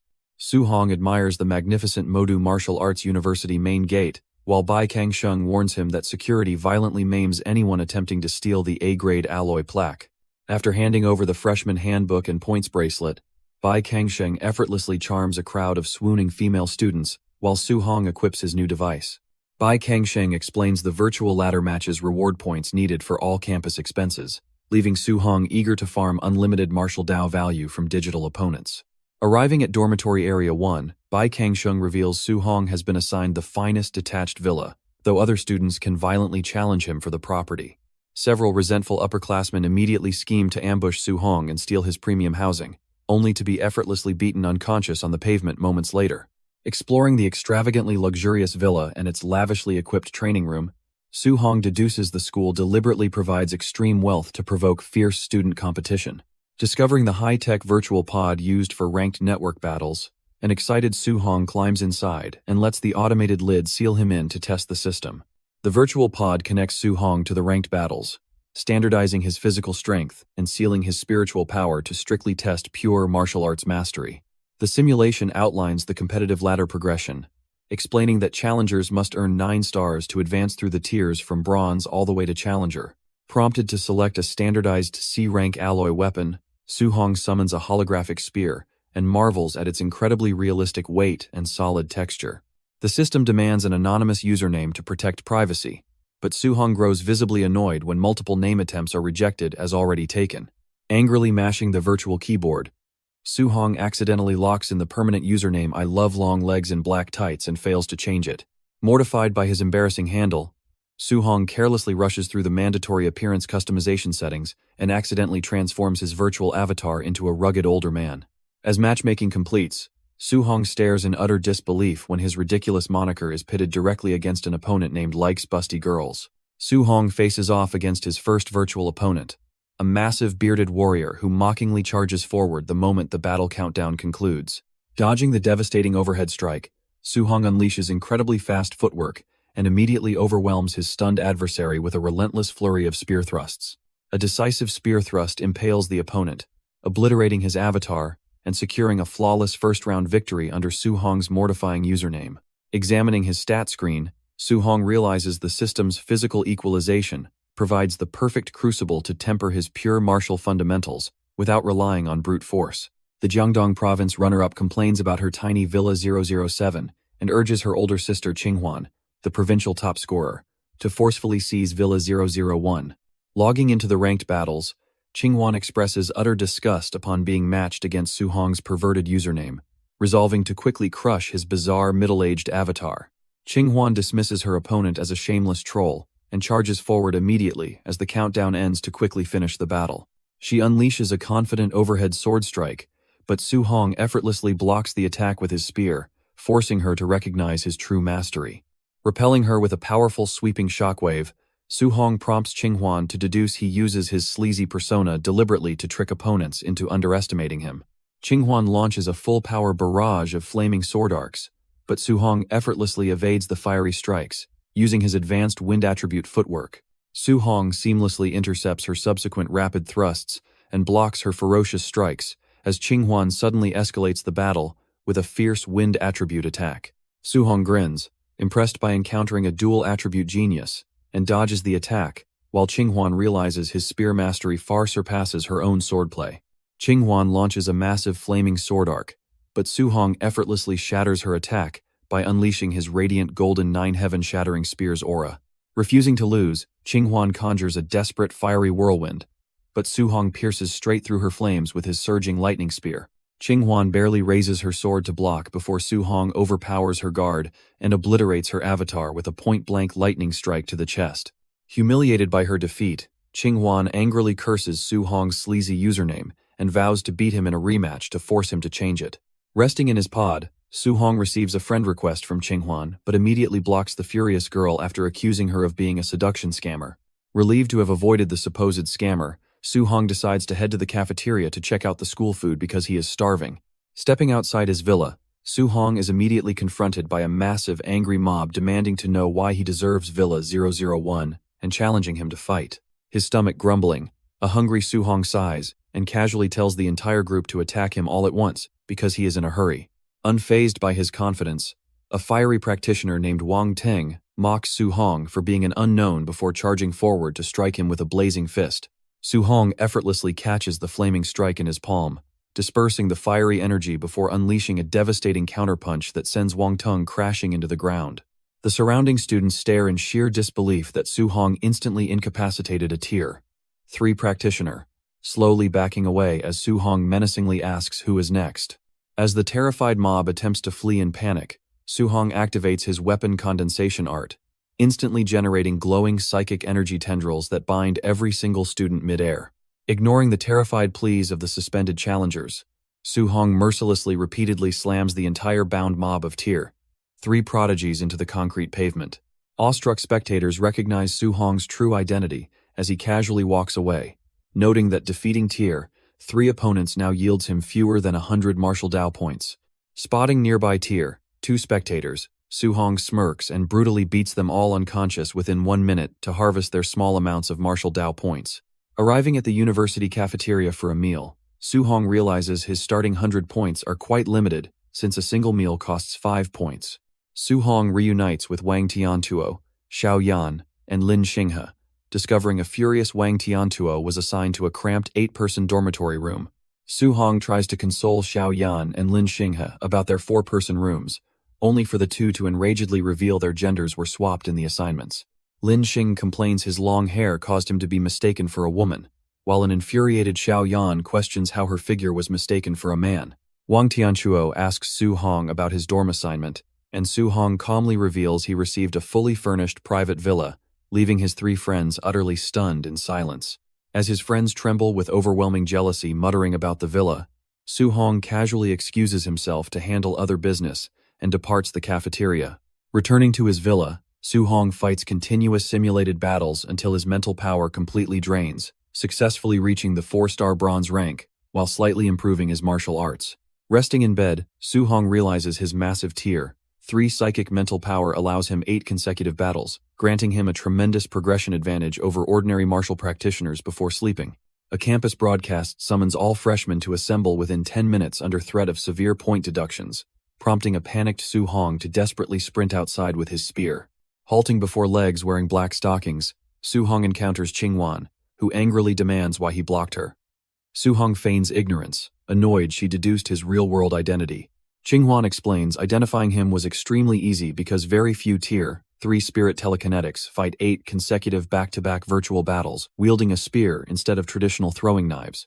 Qinghuan introduces herself as Gu Huanhuan and requests a friend ad, leaving her sister utterly shocked since Huanhuan previously rejected over 100 requests.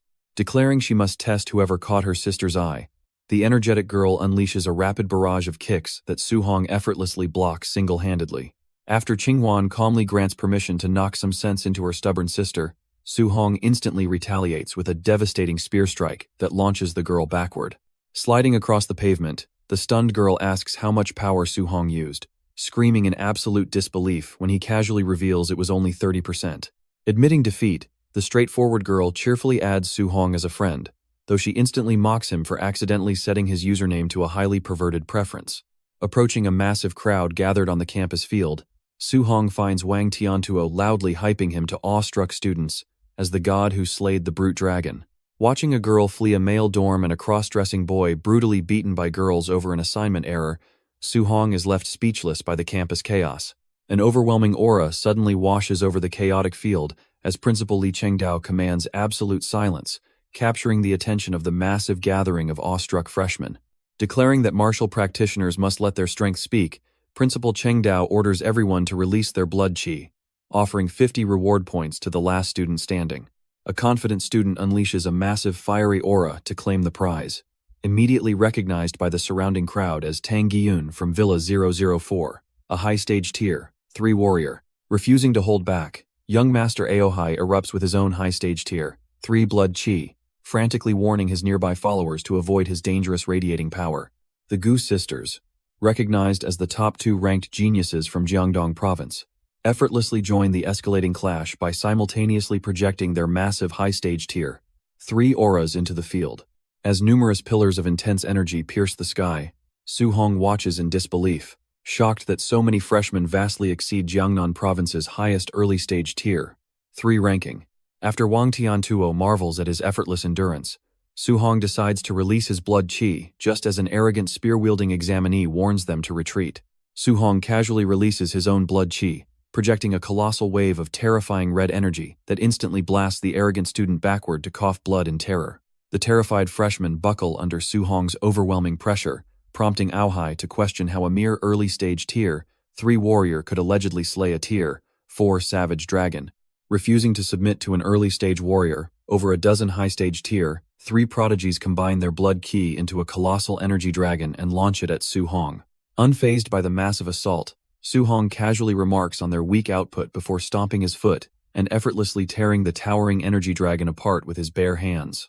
The combined attack instantly dissipates, leaving Tang Guyun, Ohai, and the Gu sisters completely astounded that an early-stage recruit effortlessly withstood their united frontline assault. Radiating an oppressive red aura, a completely unharmed Su Hong steps forward and coldly promises to mercilessly beat the targeting students every time their paths cross. Frantically waving their hands, the Gu sisters swear they never attacked him, prompting a calm Su Hong to casually exempt them from his imminent beatdown.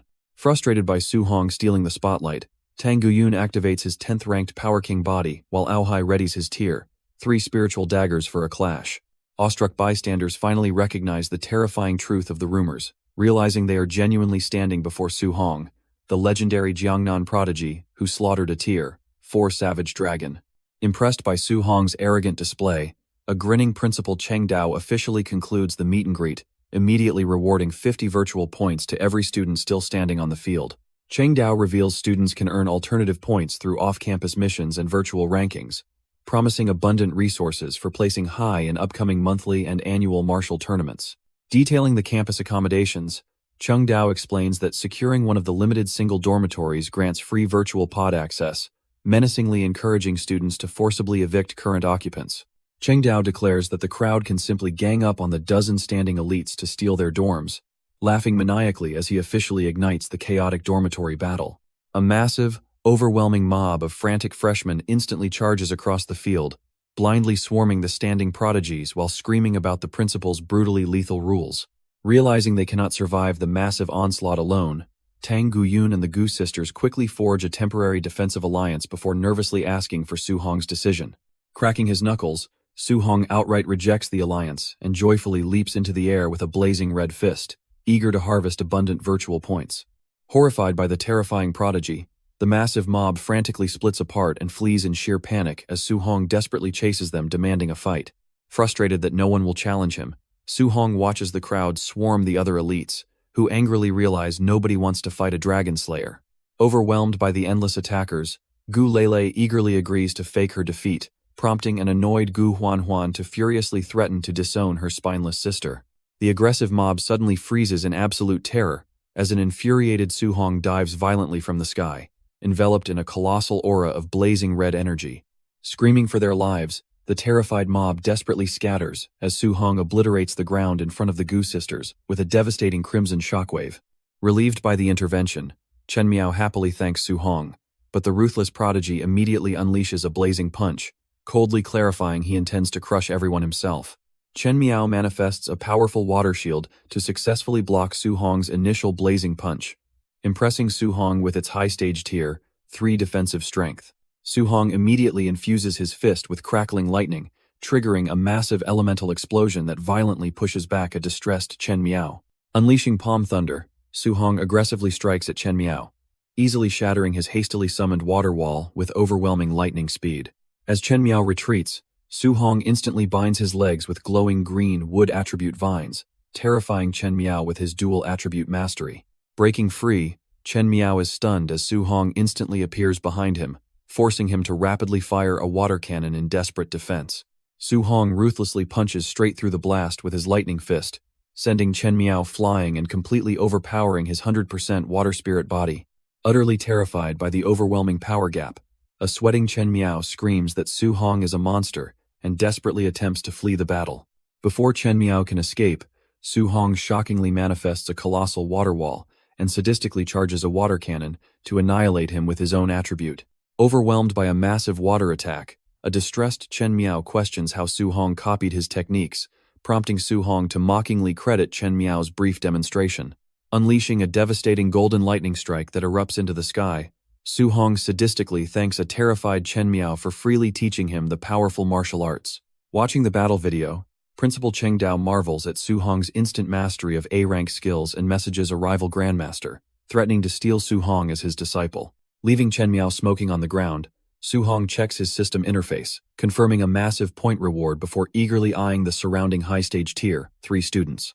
Witnessing Chen Miao's utter defeat, young Master Aohai panics and desperately urges the crowd to flee as Su Hong manifests a blazing red aura and charges him. Tang Guyun intercepts the fleeing Aohai to propose an alliance, feigning hesitation about ganging up until Su Hong aggressively taunts him by calling him a shorty. Enraged by the insult, Tang Guyun furiously cracks his knuckles and coordinates a familiar tactical assault with Aohai, prompting Su Hong to question their past relationship. Su Hong effortlessly hurls Tang Guyun and Aohai to the ground before plunging downward with a devastating palm strike that violently shatters the earth. Charging a crackling blue lightning aura, Su Hong executes Thunder Roar, while Tang Guyun furiously counters by clashing a golden glowing orb against the electrical assault. Aohai rapidly flanks Su Hong with a glowing speed artifact, prompting Su Hong to identify him as a spirit mind master, just as golden daggers strike. Erupting with a blazing white spiritual aura, Su Hong shocks Aohai by revealing his own spirit mind master abilities and mockingly repeats Tang Guyun's tactical quote. Unleashing a massive blue electrical sweep, Su Hong knocks both opponents airborne before cleaving downward with a concentrated lightning strike that generates a colossal explosive shockwave.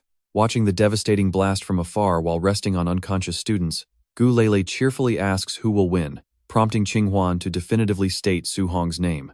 The immense kinetic force of Su Hong's sweeping strike violently blasts Tang Guyun, Aohai, and another arrogant spear-wielding student across the shattered grassy battlefield. Utilizing telekinesis to freeze Tang Guyun and Aohai mid-air, Su Hong commands them to stop and calmly acknowledges their formidable strength for managing to cut his hand. Su Hong stands triumphantly over the battered students, mocking their combined full-power attack for only managing to draw a few drops of his blood.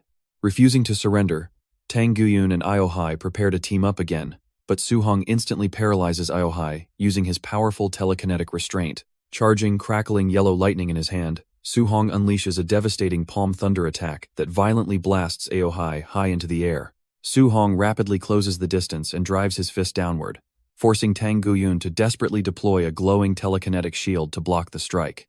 Acknowledging their equal telekinetic power but superior physical strength, Su Hong brutally shatters the shield and mercilessly punches Tang Guyun into the cratered earth. Watching the absolute destruction, Gu Lele expresses utter shock that Su Hong effortlessly completely dominates multiple high-stage Tier 3 martial artists simultaneously.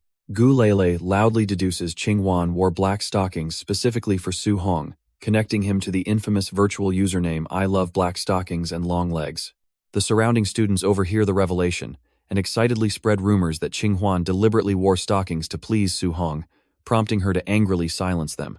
Ignoring her sister's embarrassment, Gu Lele cheerfully shouts that Su Hong targeted Qing Huan, fueling the crowd's escalating gossip that the two have a secret romantic relationship. Su Hong and Qing Huan simultaneously yell at the mob to stop talking nonsense, but the surrounding students only mock the pair for getting so defensive. Enraged by the spreading rumors, Su Hong and Qing Huan both project massive blazing red auras and violently charge into the laughing crowd to beat them up. Qing Huan generates a massive fiery explosion, violently blasting multiple gossiping students into the air as they desperately beg their sister-in-law for mercy. Realizing she messed up, Gu Lele flees while laughing that they make a good match, prompting a furious, blazing Su Hong and Qing Huan to chase her. Su Hong holds a defeated Gu Lele and awkwardly clarifies their relationship to the battered crowd, but the bandaged students smugly refuse to believe his explanation. Exasperated, Su Hong and Qing Huan agree to use their ultimate move, unleashing a massive, fiery rampage that violently beats the terrified crowd into absolute silence. In his office, Wang Yang reports that the duo's rampage claimed the top dorms, prompting a handstanding Principal Cheng Dao to laugh at the students' suffering. Wang Yang clarifies that Su Hong ruthlessly rented out the seized dormitories at exorbitant prices, earning over 10 million and thoroughly impressing the amused Principal Cheng Dao. When Cheng Dao asks about the Gu sisters, Wang Yang reveals Huan hung Lele outside as punishment and is currently challenging Su Hong to a duel. Cheng Dao questions Huan's endurance against the monstrous Su Hong. Wang Yang recalls their previous 10-move match, leaving him utterly shocked to realize Su Hong held back. Principal Cheng Dao reveals he orchestrated the real-world duel with the Gu family's eldest daughter to finally witness Su Hong's true, unfiltered strength. A massive crowd of battered students gathers outside to witness the showdown, while a tightly bound Gu Lele hangs overhead, eagerly cheering for her sister. Qing Huan demands Su Hong use his full strength and unleashes a massive frozen sword barrage, prompting Su Hong to calmly promise her total satisfaction. Plotting to rent out her premium villa, Su Hong ignites his spear with blazing golden energy and ruthlessly obliterates Qing Huan's incoming ice volley. Su Hong crashes down with a massive fiery thrust, leaving a struggling Qing Huan utterly shocked that his initial stage strength completely eclipses her high stage power. Utilizing an explosive A-rank movement technique, Su Hong mercilessly blitzes Qing Huan and viciously batters her defenses with an overwhelmingly heavy downward spear skidding backward across the cracked pavement. A terrified Qing Huan finally realizes Su Hong's monstrous overlord body eclipses even the elite Power King physique.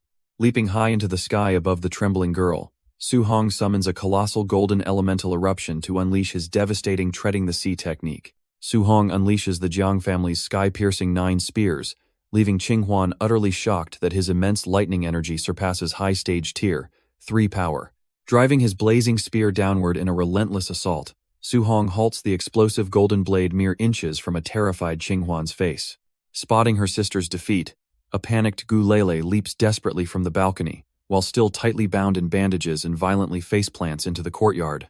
Staring at the terrifying cyclone generated purely by Su Hong's spear speed, Qing Huan and the awestruck crowd finally comprehend how he slaughtered the tier 4 brute dragon. Surveying the devastated courtyard, a panicking Su Hong groans as a laughing Principal Cheng Dao assesses 12 million in damages, instantly vaporizing his lucrative rental profits. Principal Cheng Dao urges the disheartened students to continue fighting for the monopolized villas before ominously threatening a 50-point deduction for anyone renting from Su Hong. As the frustrated crowd loudly protests the unfair new restriction, the scheming principal maliciously announces a 100-point bounty for any team capable of defeating Su Hong. Su Hong protests the principal's ruling as the massive mob of desperate students charges at him to claim the 100-point bounty. Principal Cheng Dao laughs in genuine amusement alongside Bai Kangsheng as the chaotic brawl erupts across the devastated courtyard. Blasting the vanguard away with his spear, Su Hong eagerly anticipates a massive point haul, while the relentless mob attempts to exhaust him through sheer attrition. Freezing multiple attackers mid-air with his telekinesis, Su Hong shocks the terrified mob as they suddenly remember his overwhelming tier 3 spiritualist capabilities. After Su Hong unleashes a devastating spear wave, Aohai desperately orders the surviving students to bombard him with ranged martial skills. Activating his thick earth battle armor, Su-hong swiftly deflects the massive elemental barrage while dashing relentlessly through the explosive onslaught. Realizing he cannot dodge the overwhelming number of projectiles, Su-hong leaps away from the exploding courtyard, deciding to retreat until the midnight deadline. The dumbfounded mob stops in their tracks, and a terrified Aohai angrily refuses his peers' suggestion to chase after Su-hong alone.